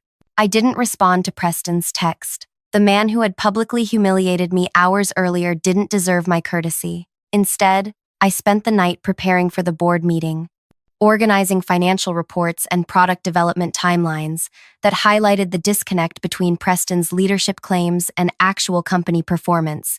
Sleep came in restless bursts. Each time I closed my eyes, I saw 50,000 viewers watching my downfall. Each time I drifted off, I heard Preston's voice. "Clear your desk now." By morning, my phone overflowed with missed calls and texts from Preston. Each message grew increasingly desperate. "We should talk before things get complicated. This is a misunderstanding that could damage both our reputations. Please respond. This silence is unprofessional. I'm trying to help you save face here." The final message arrived at 6:42 a.m. Jeffrey called. "Whatever you told him is being addressed. No need for you to join the board meeting. I've handled it." I placed my phone on my kitchen counter and prepared my coffee, smiling at his transparent attempt to keep me from the meeting. Preston had no idea that Jeffrey had called me first, or why. At precisely 2:55 p.m., I connected to the video conference. One by one, board members appeared on screen. 13 people, whose names I knew, but whom I'd rarely interacted with directly. Preston had always insisted on being the conduit between the board and the rest of the company. "There she is," Jeffrey said warmly when my video connected. "Thank you for joining us, Avery." Preston's face appeared last, his expression a mixture of surprise and barely contained fury when he spotted me. "I believe there's been a miscommunication," he began immediately. "Avery's termination was a standard leadership decision that doesn't require board intervention. Her performance issues were non-existent," Jeffrey interrupted. "I've reviewed the product development metrics for the past 6 years. Every major innovation that fueled our growth came from Avery's department. Every product that failed was developed after you removed her from the process." Preston's smile tightened. "With respect, Jeffrey, you're looking at correlation, not causation. The successful products succeeded because of my strategic direction." "Enough," said a board member I recognized as Tammy, the retired founder of a successful software company. "The live stream termination was inappropriate regardless of performance." 50,000 viewers, Preston. "Our stock dropped 12% today." "A temporary reaction," Preston dismissed. "The market always overreacts to change. It'll stabilize once I announce our new direction next week." "Which is?" Jeffrey prompted. Preston launched into his vision: acquisition of 3 smaller competitors, aggressive international expansion, and a pivot toward enterprise clients. As he spoke, I observed the board members' reactions. Some nodded appreciatively. Others frowned at the ambitious scope. When Preston finished, Jeffrey turned to me. "Avery, you've been uncharacteristically quiet. What are your thoughts?" Preston interrupted before I could speak. "Avery is no longer with the company. Her input isn't relevant to this discussion." "Actually," Jeffrey said, "Avery holds 26% of outstanding shares, making her our largest individual shareholder. Her input is extremely relevant." The silence that followed was deafening. Preston's expression cycled through confusion, disbelief, and then comprehension as he processed this information. "That's impossible," he finally managed. "The shareholder registry, updated last night," Jeffrey confirmed, "which is why I called this meeting." All eyes turned to me. 6 years of being overlooked, interrupted, and dismissed had prepared me for this moment. I straightened my posture and began speaking with the confidence of someone who owned more than $250 million company. "Preston's expansion plan is fundamentally flawed," I said. "The acquisition targets he's selected have overlapping products that would create redundancies, not synergies. The international markets he's targeting lack the infrastructure to support our current platform architecture." I shared my screen and presented counter-proposals for each element of Preston's plan. The board leaned forward, engaged in a way they hadn't been during Preston's presentation. "This is absurd," Preston interrupted. "She was fired yesterday. She doesn't have access to current data." "I'm presenting based on the quarterly reports available to all shareholders," I replied calmly. "The same reports you presented to investors last month, claiming credit for growth driven by products you removed me from." Preston's face flushed. "You're making this personal. This is about business." "Precisely," I agreed, "which is why I moved to vote on new leadership before approving any expansion plans." Jeffrey nodded. "The motion has been seconded. We'll proceed to a vote." "This is highly irregular," Preston protested, his composure cracking. "I've led this company through its most profitable years." "Correction," said Tammy. "You've been CEO during those years. The data suggests Avery led the innovations that created that profitability." The vote wasn't even close. By 4:30 p.m., the board had appointed me interim CEO with a mandate to stabilize and grow the company. Preston was offered a generous severance package contingent upon a smooth transition and a non-disparagement agreement. As the meeting concluded, Preston remained on the call, his expression unreadable. "A private word, Avery?" he requested as others disconnected. I hesitated, then nodded. When we were alone, his mask dropped. "You planned this," he hissed. "All those years pretending to be just another team player while secretly buying shares." "I invested in a company I believed in," I replied. "Something you apparently stopped doing years ago." "You won't last 6 months in this position," he warned. "CEO isn't just about product vision. It's about relationships I've built over years. Clients who trust me personally, investors who back my reputation." His threat hung between us, and for a moment, doubt crept into my mind. Was he right? Was I prepared for this role? The development lab was my natural habitat, not boardrooms and investor calls. "Perhaps," I acknowledged, "but I'll have something you never did: People who know their contributions will be valued and recognized. I disconnected the call before he could respond, then sat motionless in my apartment, processing the whirlwind of the past 24 hours. From publicly fired to CEO, in less than a day, the victory felt hollow compared to the years of diminishment that preceded it. My phone buzzed with a text from Jeffrey. Congratulations. The board has approved your first day on site tomorrow. Security has been informed. Preston will clear his office by noon. As I prepared for bed that night, another text arrived, this one from a number I didn't recognize. You have no idea what you've done. Preston made enemies you don't know about. Enemies who won't care that you're in charge now. Watch your back. I stared at the message, my momentary triumph evaporating. The sender was right. I'd stepped into a role with complexities beyond product development. Preston had run the company for 8 years. His influence extended far beyond its walls. Sleep eluded me entirely that night. By morning, my determination had hardened. If Preston thought he could intimidate me into failure, he didn't understand what 6 years of systematic undermining had built within me. Not just resentment, but resilience. Arriving at the office the next morning felt surreal. The security guard who had escorted me out 36 hours earlier now nodded respectfully as I entered. Employees stared as I walked through the open workspace, whispers following in my wake. Jules, my former assistant who had been reassigned to facilities management 3 months earlier, waited by the elevator. Welcome back, she said, her expression a mixture of shock and delight. Your new office is ready. I began. The CEO's office, she clarified, unable to suppress a smile. I've been instructed to help you settle in. As the elevator climbed to the executive floor, Jules leaned closer. Everyone's talking about what happened. The live stream, then Preston clearing out his office this morning. People are calling it the silent coup. The elevator doors opened to reveal Preston standing there, a cardboard box in his arms remarkably similar to the one I'd carried out just 2 days earlier. Our eyes met, and for a moment, neither of us moved.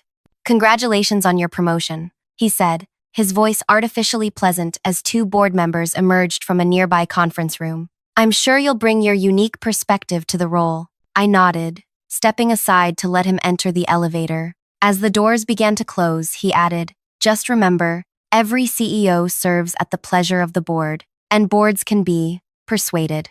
The threat lingered in the air as I turned toward what was now my office. Through the glass walls, I could see employees gathered, watching this exchange. My first test as CEO was happening before I'd even officially begun. How I responded in this moment would set the tone for everything that followed. I straightened my shoulders and walked toward my new office, feeling the weight of dozens of eyes tracking my movement. The glass walls offered no privacy. Every employee on the floor could witness this transition of power. This wasn't just about occupying Preston's former space. It was about proving I belonged there. Would you like a moment alone before the executive team meeting? Jules asked, glancing at her watch. They're gathering in 15 minutes. No, I replied, placing my bag on the desk that until yesterday had been Preston's domain. Let's not keep them waiting. But first, can you arrange an all-hands meeting for this afternoon? Jules nodded, already typing on her tablet. Main conference room or live stream? The word live stream sent a jolt through me, memories of 50,000 viewers watching my humiliation. I pushed past it. Live stream? I decided. Everyone should hear directly from me, not through the rumor mill. The executive team meeting began exactly as I'd anticipated, with tension thick enough to cut. 8 department heads sat around the conference table, their expressions ranging from curious to openly hostile. These were Preston's people, selected and promoted based on loyalty to him. Nia, the chief marketing officer, spoke first. We have campaigns built around Preston's public image. His termination creates significant branding challenges. I wasn't terminated, a voice corrected from the doorway. Preston stood there, smiling. The board and I reached a mutual agreement about transition. I'll be staying on as strategic advisor. The room fell silent as Preston walked in and took the empty chair directly across from me. My stomach tightened. This hadn't been mentioned in the board meeting. Jeffrey called this morning, Preston explained smoothly. We agreed that an abrupt departure might destabilize client relationships. I'll be helping Avery navigate the transition for 90 days. The executive team visibly relaxed. Several exchanged glances that clearly communicated their relief. Preston wasn't gone after all. I maintained my composure, though inside I seethed.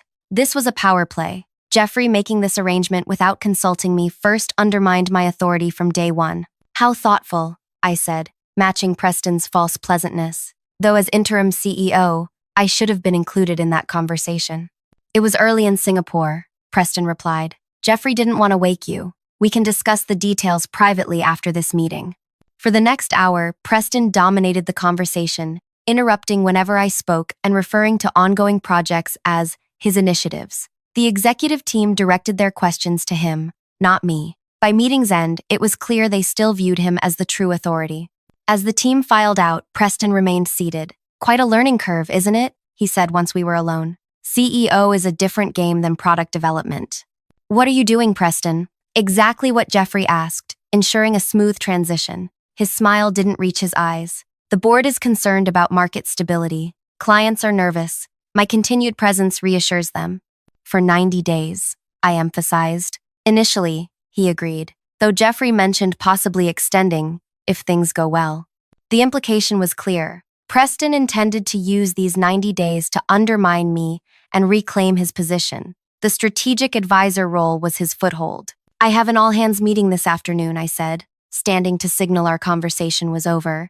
I'll announce our arrangement then. Preston's smile faltered slightly. Perhaps I should make that announcement. The employees are used to hearing from me. They'll need to get used to hearing from me now, I replied, walking him to the door. That's what transition means. The live stream that afternoon drew even more viewers than the one where Preston had fired me. Employees, clients, investors, and industry observers all tuned in to witness my first address as CEO.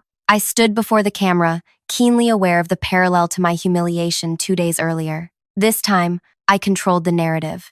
Many of you watched my termination during Tuesday's live stream, I began, addressing the elephant in the room. Today, I'm speaking to you as Rise Tech's interim CEO. Murmurs spread through the employees gathered in the conference room.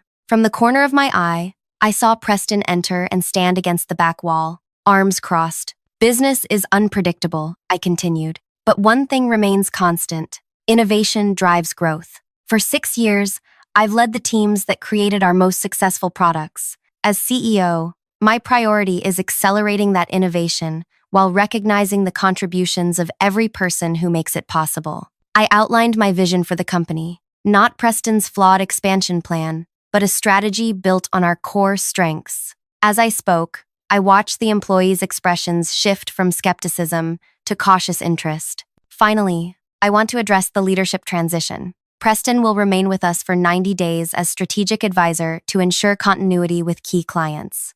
Preston nodded approvingly from the back of the room. Questions? I asked as I concluded. A developer named Zach raised his hand. Will the product roadmap change under your leadership? Before I could answer, Preston stepped forward. I've assured our major clients that our strategic direction remains consistent. Avery and I are aligned on this. This was news to me. I hadn't discussed roadmap plans with Preston or made any such assurances to clients. Actually, I countered, we'll be conducting a comprehensive review of all current projects. Some may continue unchanged, others may pivot. We'll make those decisions based on data, not inertia. Preston's jaw tightened. The room grew uncomfortably quiet as everyone witnessed our first public disagreement. The next 4 weeks became a silent war. Preston scheduled client meetings without informing me, then claimed miscommunication when confronted. He held private sessions with executive team members where he contradicted my directives. Twice, I discovered he'd delayed implementing changes I'd approved. While he undermined me internally, I faced external challenges. The stock price fluctuated wildly as market analysts questioned my experience. A profile in Tech Business Review described me as unproven and elevated beyond her capabilities. 2 major clients put their contracts on hold, citing leadership concerns. Each setback fed the whispers that I wasn't ready. The board grew restless. Jeffrey called with increasing frequency, his initially supportive tone growing more critical. The transition appears rocky, he said during our 6th-week check-in. Preston suggests extending his advisory role might stabilize things. I sat in my office after the call, staring at the performance metrics on my screen. Despite Preston's interference, product development velocity had increased 22% under my leadership. Customer satisfaction scores were climbing. The innovations I'd fast-tracked were meeting positive early feedback. But perception outweighed reality. As long as Preston positioned himself as the real leader waiting in the wings, I'd never gain the credibility needed to succeed. That night, I stayed late, reviewing financial reports from Preston's 8-year tenure. Around midnight, buried in a quarterly statement from 3 years earlier, I found it, a discrepancy in reported development costs for a project I'd led. The numbers didn't match my recollection of the budget. I pulled additional reports, comparing them against my own records. A pattern emerged: development costs consistently inflated, with the excess amounts flowing to third-party consultants. Consultants whose names I didn't recognize despite supposedly working on my projects. By morning, I'd identified 14 instances totaling nearly $7 million diverted to these mysterious consultants. The pieces clicked together: why Preston had been so desperate to maintain control, why he'd systematically removed me from financial discussions, why he'd fired me publicly when I'd begun asking questions about budget discrepancies. I called Jules. "Cancel my meetings today, and find me the contact information for Diane in financial audit."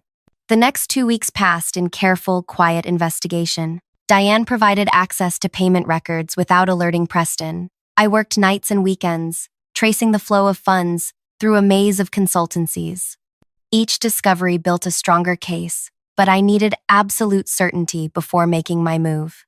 Preston, meanwhile, grew increasingly confident. In meetings, he barely bothered hiding his contempt for my leadership. The executive team had divided into factions, those loyal to him versus those beginning to appreciate my approach. "The board's patience isn't infinite," he reminded me after a particularly tense strategy session. "Jeffrey mentioned they're considering next steps." "Did he?" I replied mildly. "Interesting. He told me they're quite pleased with recent progress."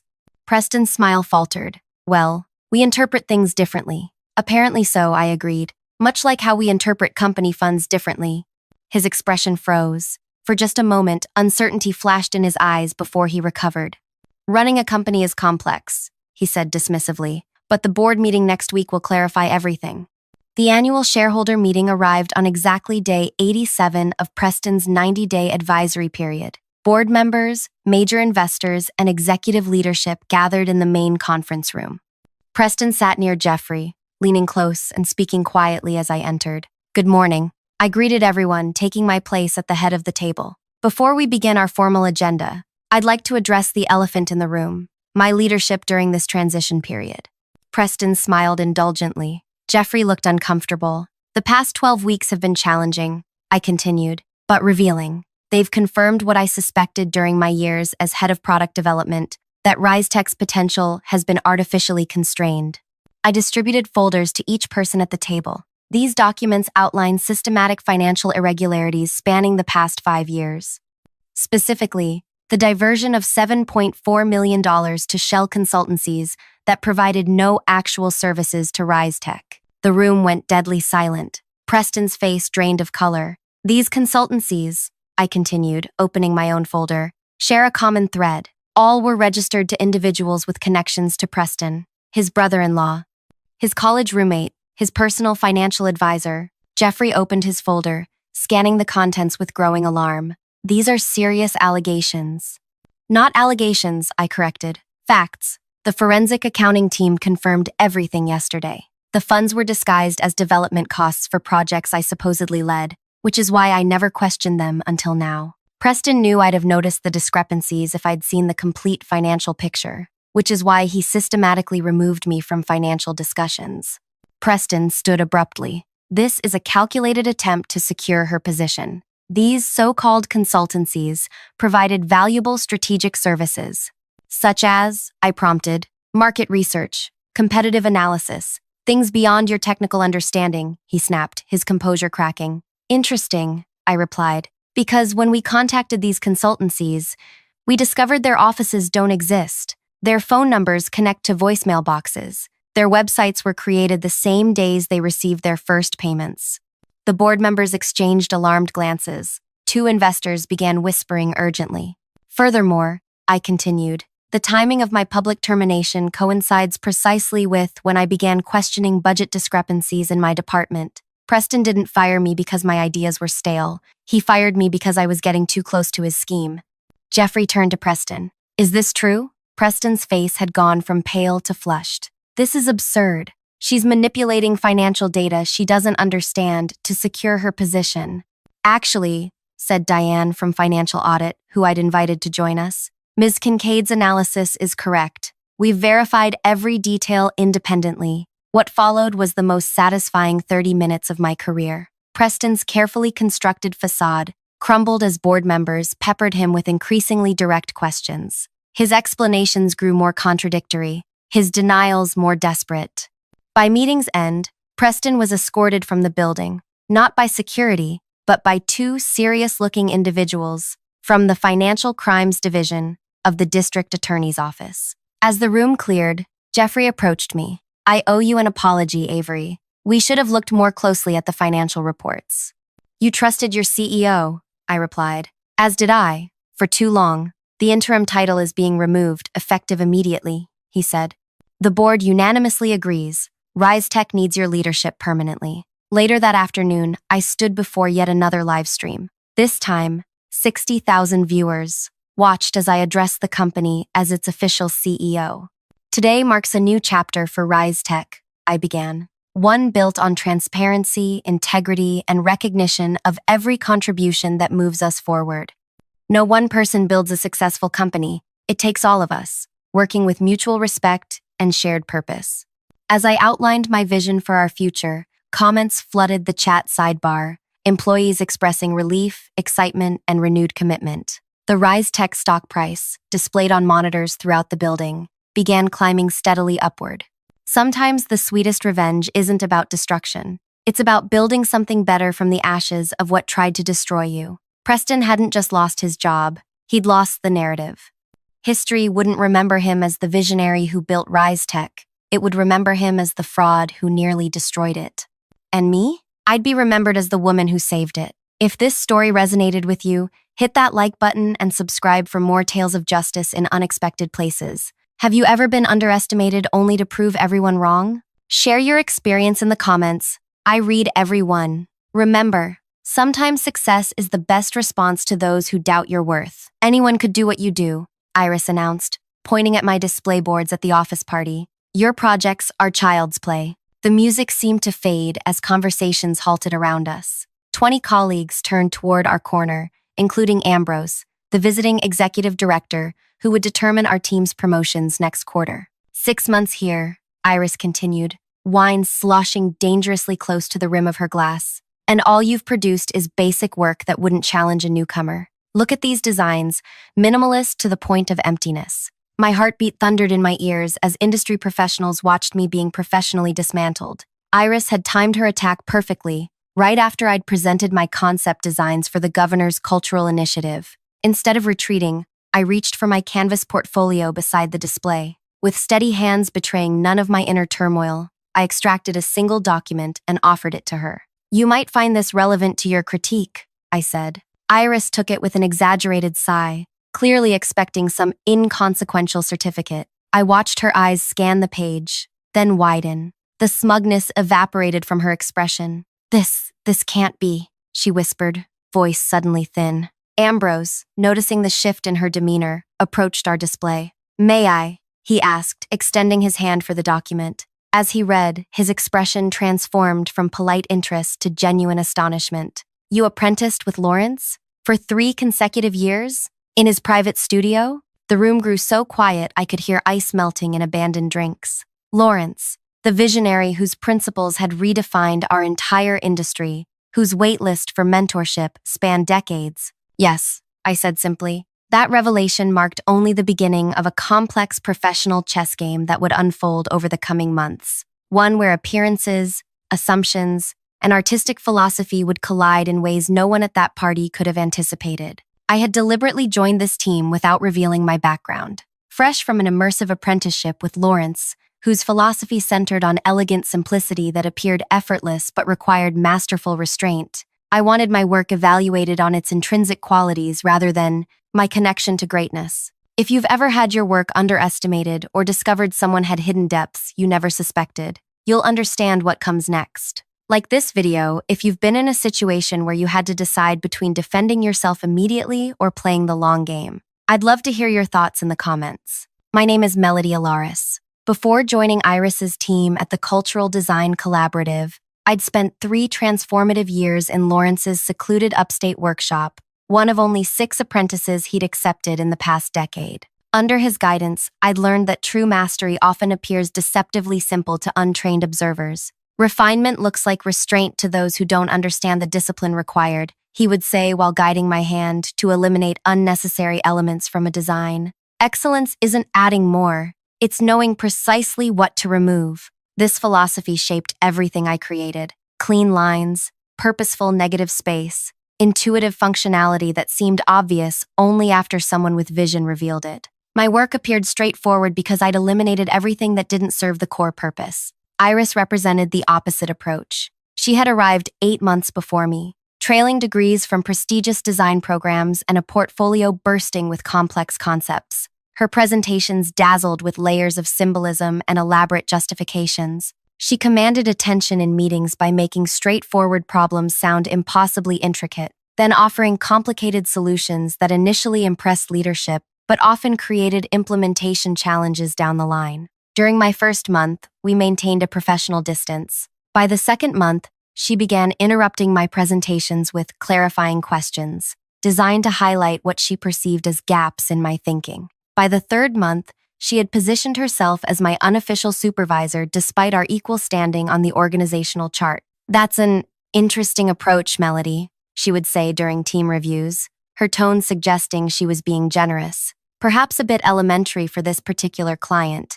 but we can build on your starting point." She systematically directed prestigious projects toward herself while suggesting I handle foundational work that would build my capabilities. The more restrained and focused my solutions became, the more she characterized them as unsophisticated. Our creative director, Paige, initially seemed impressed by Iris's complex presentations and extensive jargon. Gradually, however, Paige began noticing that my straightforward approaches often required fewer revisions and received better client feedback. The breaking point came with the Governor's Cultural Commission, a high-profile project that would showcase our collective talents nationally. Both Iris and I submitted concepts. Hers featured intricate symbolism and innovative interactive elements. Mine emphasized accessibility, cultural resonance, and clean execution.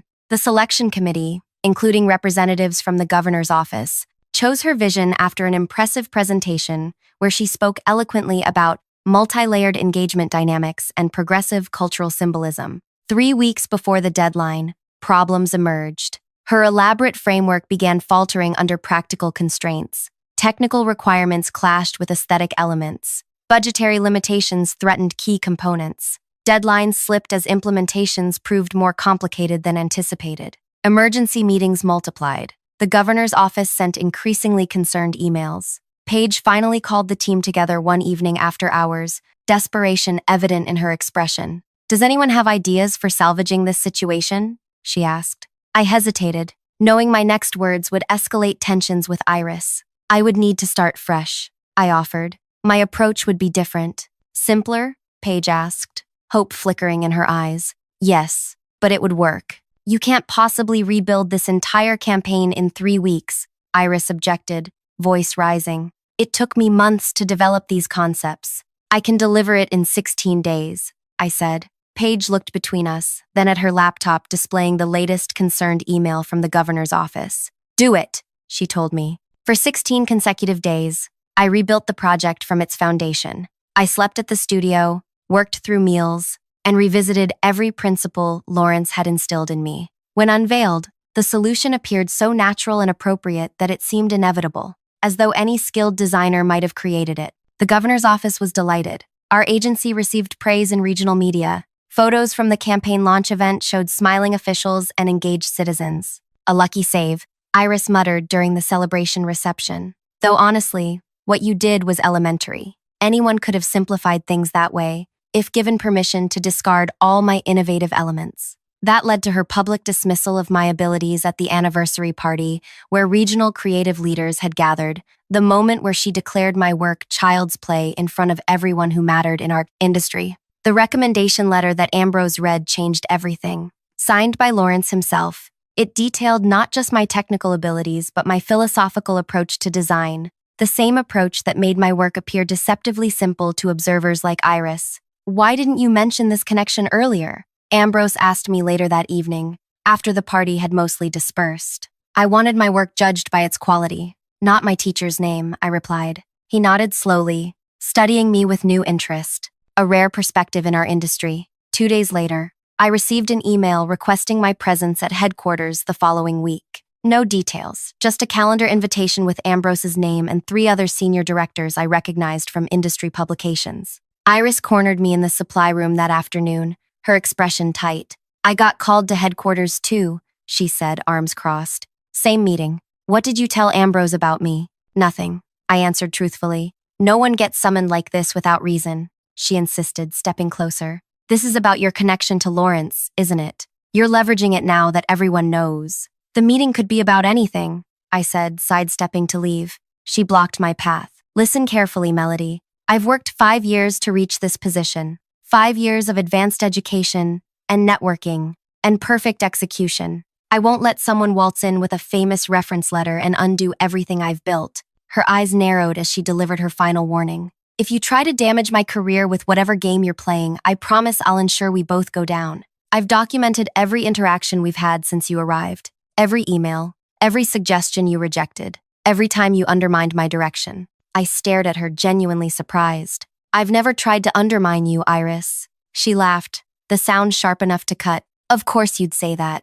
Just remember, I'm prepared for whatever you've planned. As I walked back to my desk, her warning echoed in my thoughts. I hadn't planned anything beyond surviving in a hostile work environment. Now, suddenly, forces were in motion that I hadn't initiated and couldn't predict. The headquarters meeting loomed 5 days away. Whatever waited for us, there would fundamentally alter our professional trajectories, but I couldn't yet see how, or why, or what consequences might follow. What I did know was that Iris had just revealed something crucial. She saw me as a threat significant enough to prepare defensive strategies against. And in doing so, she'd shown me exactly how afraid she truly was. The headquarters building loomed before me, a glass structure reflecting morning light across its surface. I adjusted my portfolio strap and stepped through revolving doors into the marble-floored lobby. The receptionist directed me to the 18th floor with a polite smile that revealed nothing. When the elevator opened, Iris was already seated in the waiting area, scrolling through her phone.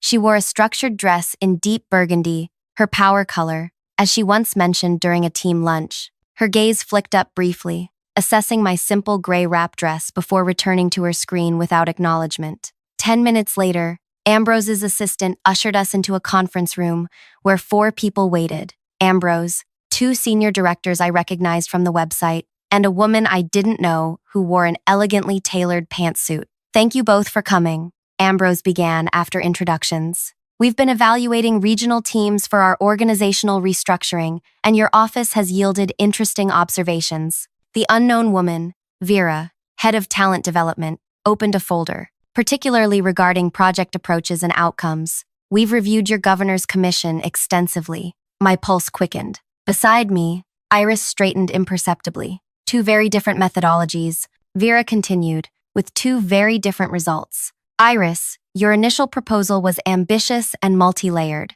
Melody, yours was streamlined and focused. Iris smiled. I believe in pushing creative boundaries. Indeed, Ambrose said. Yet the campaign ultimately succeeded using Melody's approach after your original concept encountered implementation challenges. Technical limitations that no one anticipated, Iris replied smoothly. I fully supported the necessary adjustments. I glanced sideways, surprised by this revision of history. The meeting continued with questions about our design philosophies, collaborative experiences, and career aspirations. Iris spoke confidently about innovation and cutting-edge approaches. I described my belief in purpose-driven simplicity, carefully avoiding any mention of Lawrence, though I felt his influence in every answer. We're considering changes to our creative direction company-wide, Ambrose finally explained, moving toward more accessible implementation, friendly approaches without sacrificing impact. Iris nodded enthusiastically. Exactly what I've been advocating.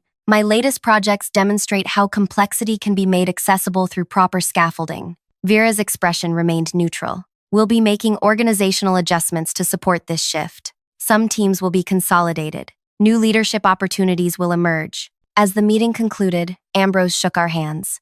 You'll receive formal communication next week. Until then, continue your current projects. In the elevator descending to the lobby, Iris broke our silence. They're creating a new division, she said. Did you catch the language? New leadership opportunities? That's corporate speak for restructuring. I pressed the lobby button. Possibly. Oh, don't play naive, she said, irritation slipping through her composed facade. This is about the governor's project and your connection to Lawrence. They're creating something around his methodology, and they're considering both of us to lead it. The elevator doors opened to the lobby. Iris stepped out, then turned back to me. May the best designer win, she said with a tight smile. Over the next week, tension in our office became unbearable. Iris worked late every night, producing elaborate presentations and refined project plans. She scheduled coffee meetings with Paige and casually mentioned industry contacts who had worked with Lawrence, establishing her familiarity with his principles. His approach to negative space transformed how I conceptualize balance. I overheard her telling a colleague, I studied his early exhibitions extensively during my master's research. Meanwhile, I focused on completing my assigned projects with the quiet precision Lawrence had instilled in me. When Paige inquired about the headquarters meeting, I provided only the basic details Ambrose had shared. Iris, however, spoke confidently about the leadership reorganization, as though she had insider information. Melody certainly qualified, she told Paige within my hearing, but leadership requires more than technical skill. It demands vision and the ability to inspire teams through complex challenges. 7 days after our headquarters visit, the emails arrived simultaneously. Mine came from Vera, requesting another meeting, this time alone. Iris received a similar message from Ambrose. Separate meetings, she noted, stopping by my desk. Interesting strategy. When I arrived at headquarters 2 days later, Vera welcomed me into her office rather than a conference room. The space was simply arranged, functional furniture, minimal decoration, and large windows overlooking the city.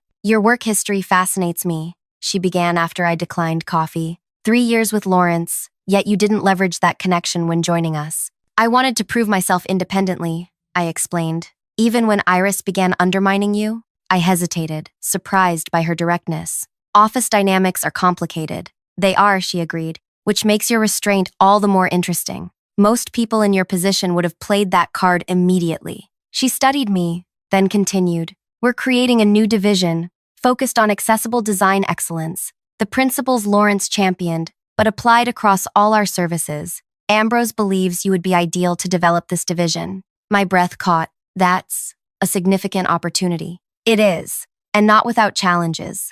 You'd build your team from existing staff initially. Your compensation would increase substantially, and you'd report directly to the executive committee. The conversation continued with details about responsibilities, expectations, and timeline. Throughout, Vera observed me carefully, noting my questions about implementation rather than status or benefits. There's one more thing, she said as our meeting concluded. Iris is being offered a senior position within this new division. She would report to you directly. I stared at Vera, processing the implication. Does she know this? Ambrose is discussing it with her now, Vera replied.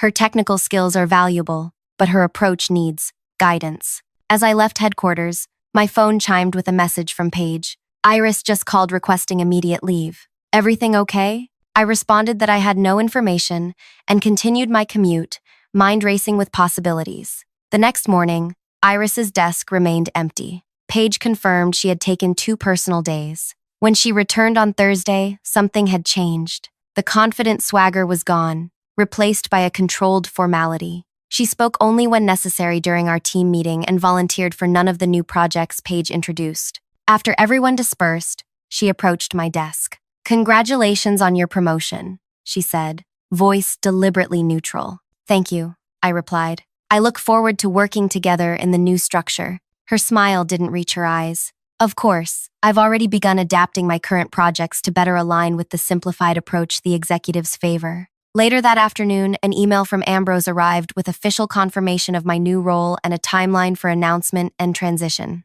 I would move to headquarters in 3 weeks. My first responsibility would be selecting team members to join the new division. That evening, as I packed up, Iris appeared beside my desk. The office had emptied, leaving just the 2 of us under the quiet hum of overhead lights. I underestimated you, she said without preamble. That wasn't my intention. Wasn't it? You played humble apprentice while holding a royal flush all along? I zipped my portfolio closed. I never presented myself as anything other than what I am. A brilliant strategic move, she replied. While I was busy demonstrating complexity and innovation, you were demonstrating exactly what Ambrose wanted to see, Lawrence's principles in action. I never stood a chance once they knew your pedigree. My work stood on its own before they knew about Lawrence, I reminded her. Perhaps. She leaned against my desk. But now you're bringing me under your supervision. After everything that's happened between us, that feels purposeful. I haven't made any staffing decisions yet. Her laugh held no humor. Please, we both know how this plays out. You'll bring me into your team to establish dominance. Classic power move. That's not how I operate. We'll see, she said, straightening. 3 weeks is plenty of time for circumstances to change. People reconsider. Better opportunities emerge. As she walked away, her parting words floated back to me. Don't celebrate too quickly, Melody. This story isn't finished. The following days brought a flurry of transition planning. I met with Ambrose twice more, developed initial frameworks for the new division, and began discreetly evaluating potential team members. Throughout, Iris maintained professional distance while producing increasingly refined work that mimicked the principles she had previously criticized. Remarkable how she suddenly embraced simplicity, Paige commented during our check-in. Her latest client presentation was almost Lawrence-like in its restraint. 2 weeks into the transition period, Iris requested a private meeting. We sat in a small conference room, the afternoon sun casting long shadows across the table between us.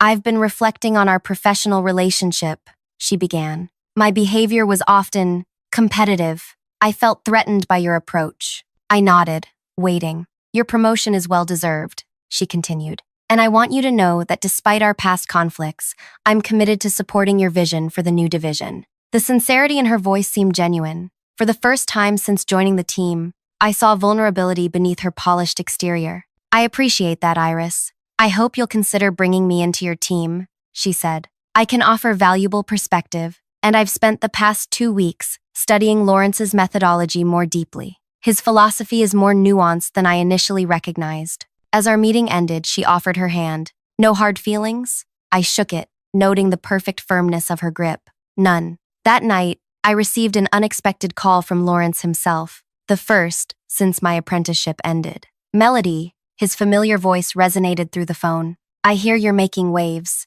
News travels fast, I replied, smiling. Ambrose and I go back decades. He called after your party revelation. Seems my letter proved useful after all. Ambrose and I go back decades. We spoke briefly about my promotion and the new division. Then his tone shifted. A colleague mentioned meeting your coworker Iris at an industry event last night. She was quite vocal about her extensive understanding of my work and her close professional relationship with you. My stomach tightened. We don't have a close relationship. I gathered that from context, he said dryly. She implied she's been mentoring you in applying my principles correctly in commercial settings, rather generously correcting your academic interpretation of my methods. I closed my eyes, processing this new development. That's not accurate. I assumed not. Just thought you should know the narrative she's constructing. He paused. Be careful, Melody. People who rewrite reality rarely limit themselves to a single chapter. After we hung up, I sat in my darkened apartment considering the implications. Iris was simultaneously presenting herself as my supportive team member and constructing an alternative professional narrative within our industry. The contradictions suggested something more calculated than simple adaptation to changing circumstances. The next morning, an email from Ambrose awaited me. Need to discuss Iris' situation. Call when you have privacy. I found a private conference room and called Ambrose immediately. His normally measured voice sounded tense. Melody, we have a situation. Iris has been meeting with board members and industry contacts, positioning herself as your longtime mentor. My fingers tightened around the phone. She's claiming she mentored me? More specifically, that she's been guiding your application of Lawrence's principles. She's suggesting your success with the governor's project came from her behind-the-scenes direction. The boldness of her lie left me momentarily speechless. There's more, Ambrose continued. She's submitted a detailed proposal for the new division that several board members found impressive. It incorporates elements of your approach but frames them within her advanced methodology system. That's not possible, I said. She's only had access to my completed work, not my process documentation. Nevertheless, she's created something compelling enough that it's raised questions about leadership for the division, The board wants to meet with both of you next Tuesday. After ending the call, I sat motionless, trying to comprehend the scale of Iris's maneuver. She wasn't simply adapting to my promotion, she was attempting to supplant me entirely. When I returned to my desk, an email from her waited in my inbox. A detailed proposal for the new division copied to the entire executive team. The document skillfully blended my core principles with her terminology, creating something that appeared innovative while preserving the essence of Lawrence's approach. My name appeared only twice, both times positioning me as implementing her strategic framework. Paige stopped by my desk, concern evident in her expression. Just saw Iris's proposal. Ambitious timing considering the leadership decision was already made. Very ambitious, I agreed, keeping my voice neutral, despite the anger building inside me. Do you need any support with this situation? Paige asked quietly. I considered the offer. Paige had witnessed much of Iris's behavior over the past months, but involving her now might appear defensive. Not yet, but I appreciate the thought. Later that afternoon, colleagues began stopping by with oddly supportive comments. Your work stands on its own, one designer told me. We all know who really saved the governor's project, said another. It became clear that Iris was orchestrating a campaign not just with leadership but throughout the office. The narrative was subtle but consistent. Melody is talented but needs guidance. Iris provides that guidance behind the scenes. By Friday, 3 days before the board meeting, rumors circulated that the leadership decision was being reconsidered. I maintained outward calm while internally crafting my response. Direct confrontation would appear defensive. Silence might suggest acknowledgement of her claims. That evening, Iris approached as I packed up. Exciting times, she said, leaning against the partition. I hope my proposal demonstrates how well we could collaborate in the new division. Collaborate, I repeated. Interesting choice of word, given how you've positioned yourself in that document. Her expression remained pleasant. I simply articulated the dynamic that's been developing naturally between us. Your technical skills implementing my strategic direction. That's not what happened with the governor's project, isn't it? Who created the original vision? Who established the conceptual framework you ultimately simplified? She shrugged. The board seems to appreciate my perspective on our complementary roles. As she walked away, she added, by the way, I had dinner with Sophia from the Creative Council last night. She's very interested in our new approach. Mentioned she knows Lawrence personally. The implied threat was clear. Her networking campaign extended beyond our company to influential industry figures. I spent the weekend reviewing every project since joining the team, gathering documentation of my contributions and Iris's actual involvement. Sunday evening, I called Lawrence for advice. You're approaching this as a design problem, he said after listening. Logical, evidence-based. But this is human psychology, not rational argument. What would you do? I asked. Create a situation where she reveals herself. The best defense isn't defending. It's creating circumstances where the truth becomes self-evident. Monday morning, I requested a private meeting with Iris before the board presentation. She arrived looking confident in an impeccably tailored suit. I've been reflecting on your proposal, I began. You've created a compelling vision. Surprise flickered across her face. I'm glad you recognize that. In fact, I'm considering withdrawing from consideration for the leadership position. Now her surprise was unmistakable. Really? That's unexpected. I nodded. Your industry connections are valuable assets I can't match. And your ability to communicate complex ideas to leadership is impressive. Well, yes, she agreed, barely concealing her pleasure. Those relationships take years to develop.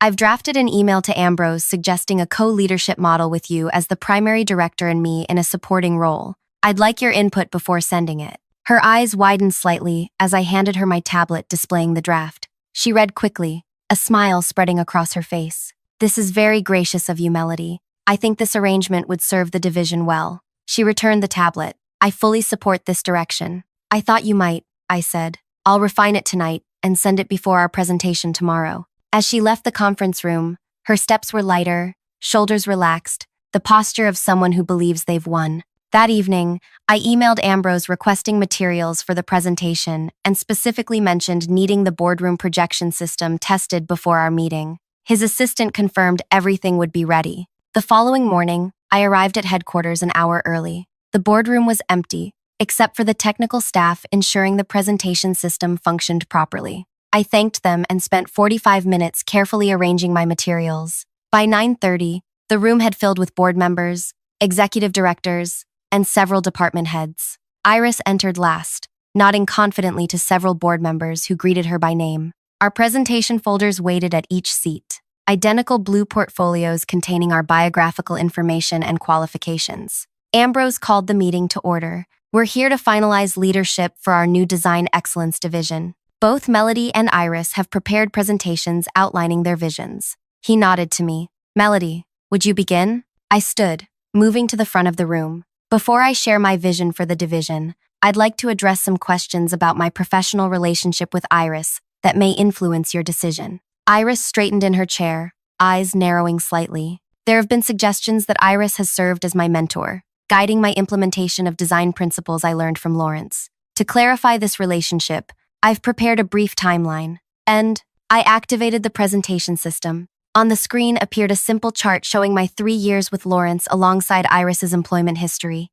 As you can see, while I was completing my apprenticeship with Lawrence, Iris was working at 3 different firms. We had no professional contact during this period. I advanced to the next slide, a compilation of Iris's critical comments about my work from team meetings, email exchanges, and project reviews. This sampling of our professional interactions doesn't suggest a mentoring relationship. In fact, until 3 weeks ago when my promotion was announced, Iris consistently characterized my approach as elementary, simplistic, and lacking sophistication. Iris's face flushed. She leaned toward Ambrose, whispering urgently. I continued before she could interrupt. Most significantly, regarding the governor's project that sparked interest in this new division, I'd like to share the actual sequence of events. The next slides showed the original timeline, Iris's initial complex proposal, the implementation failures, and my eventual reconstruction of the project. Each point was documented with dated materials and communications.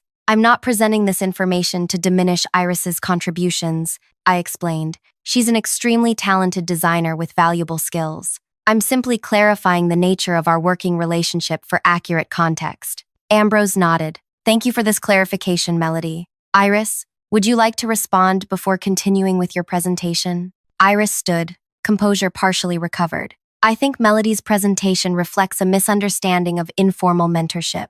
My guidance wasn't always explicit. Often it came through modeling advanced approaches that she could then simplify for implementation. An interesting perspective, I said. Perhaps we should examine how that manifested in actual projects. I pressed the remote once more. The screen displayed side-by-side screenshots of my design files for the governor's project, dated 2 months before Iris's proposal was selected. The comparison clearly showed that my original concept, rejected in favor of her complex approach, contained all the essential elements that eventually made the final successful version. These are my original concept files, created before Iris presented her alternative. You'll notice they contain the core elements that ultimately succeeded. If there was mentorship happening, the direction of influence appears opposite to what's been suggested. Silence filled the boardroom. Iris remained standing, but her confident posture had disappeared. One final point, I said quietly. Yesterday, I offered to withdraw from leadership consideration in favor of Iris. Her response to this offer reveals her actual perception of our professional relationship. I played the recording from our private meeting, captured by the tablet I'd handed her with the email draft. Her voice filled the room, accepting my gracious withdrawal and agreeing that she should be primary director. If Iris truly believed she'd been mentoring me all along, why would she accept my withdrawal, rather than suggesting we continue that successful dynamic? I asked. The answer is simple. Until 3 weeks ago, when my connection to Lawrence became known, she consistently undermined my approach and dismissed my contributions. I turned to face the board directly. I'm not interested in personal conflict. I want to build a division that delivers exceptional work based on principles I've spent years mastering. If that aligns with your vision, I'm prepared to lead that effort. If not, I'll happily contribute in whatever capacity serves the organization best. Returning to my seat, I noticed Iris's expression, a mixture of shock, anger, and something else. Recognition. For the first time, she was seeing me clearly. Ambrose cleared his throat. Iris, would you like to proceed with your presentation? She gathered her papers with trembling hands. I believe the situation has been misrepresented, but I'll address that after sharing my vision for the division. Her presentation proceeded, but the confident energy had vanished. Board members exchanged glances as she repeatedly referenced collaborative development of concepts that documentation had shown were independently created. When she finished, Ambrose thanked us both and asked us to wait outside while the board deliberated. In the hallway, Iris stood apart from me, staring silently out the window at the city below. 20 minutes later, we were called back in. The board had reached their decision. After careful consideration, Ambrose announced, "We've determined that Melody will lead the new division as originally planned." He turned to Iris. "Your technical skills are valuable, and we're offering you a senior position focusing on client relations and presentation development, areas where your strengths clearly lie." Her jaw tightened, reporting to Melody, "Yes, we believe this structure best serves our organizational goals." As the meeting concluded, board members approached to congratulate me. Through the crowd, I saw Iris slip out the door without speaking to anyone. The following week, she declined the senior position and accepted an offer from a competing firm. Before leaving, she emptied her desk after hours, avoiding goodbyes. The only acknowledgement of our final chapter was a small white envelope left on my keyboard. Inside was a single card containing 5 handwritten words. "Well played. I underestimated you." 6 months later, my design excellence division had exceeded all performance projections. Our approach, focused on elegant simplicity and purposeful restraint, attracted prestigious clients who valued substance over flashy complexity. Occasionally, I see Iris's work featured in industry publications. Her designs have evolved, incorporating more restraint and purpose, lessons perhaps learned from our encounter. When asked about her in interviews, I simply acknowledge her technical talent and wish her continued success. The true victory wasn't in her departure or my promotion. It was in creating a space where excellence could be recognized without artificial complexity, where work could be judged by its impact rather than its elaborate justification. As Lawrence once told me, true mastery appears effortless to the untrained eye. The greatest achievement isn't making people wonder how you did something, but making them wonder why no one did it that way before. If you've ever had to stand up for yourself against someone who tried to diminish your achievements, I hope this story resonated with you. Sometimes the most powerful response isn't an immediate defense, but a strategic revelation of truth that speaks for itself. I'd love to hear about your experiences in the comments below. Has someone ever tried to take credit for your work? And how did you handle it? Don't forget to subscribe for more stories about professional challenges and the sometimes complicated path to recognition.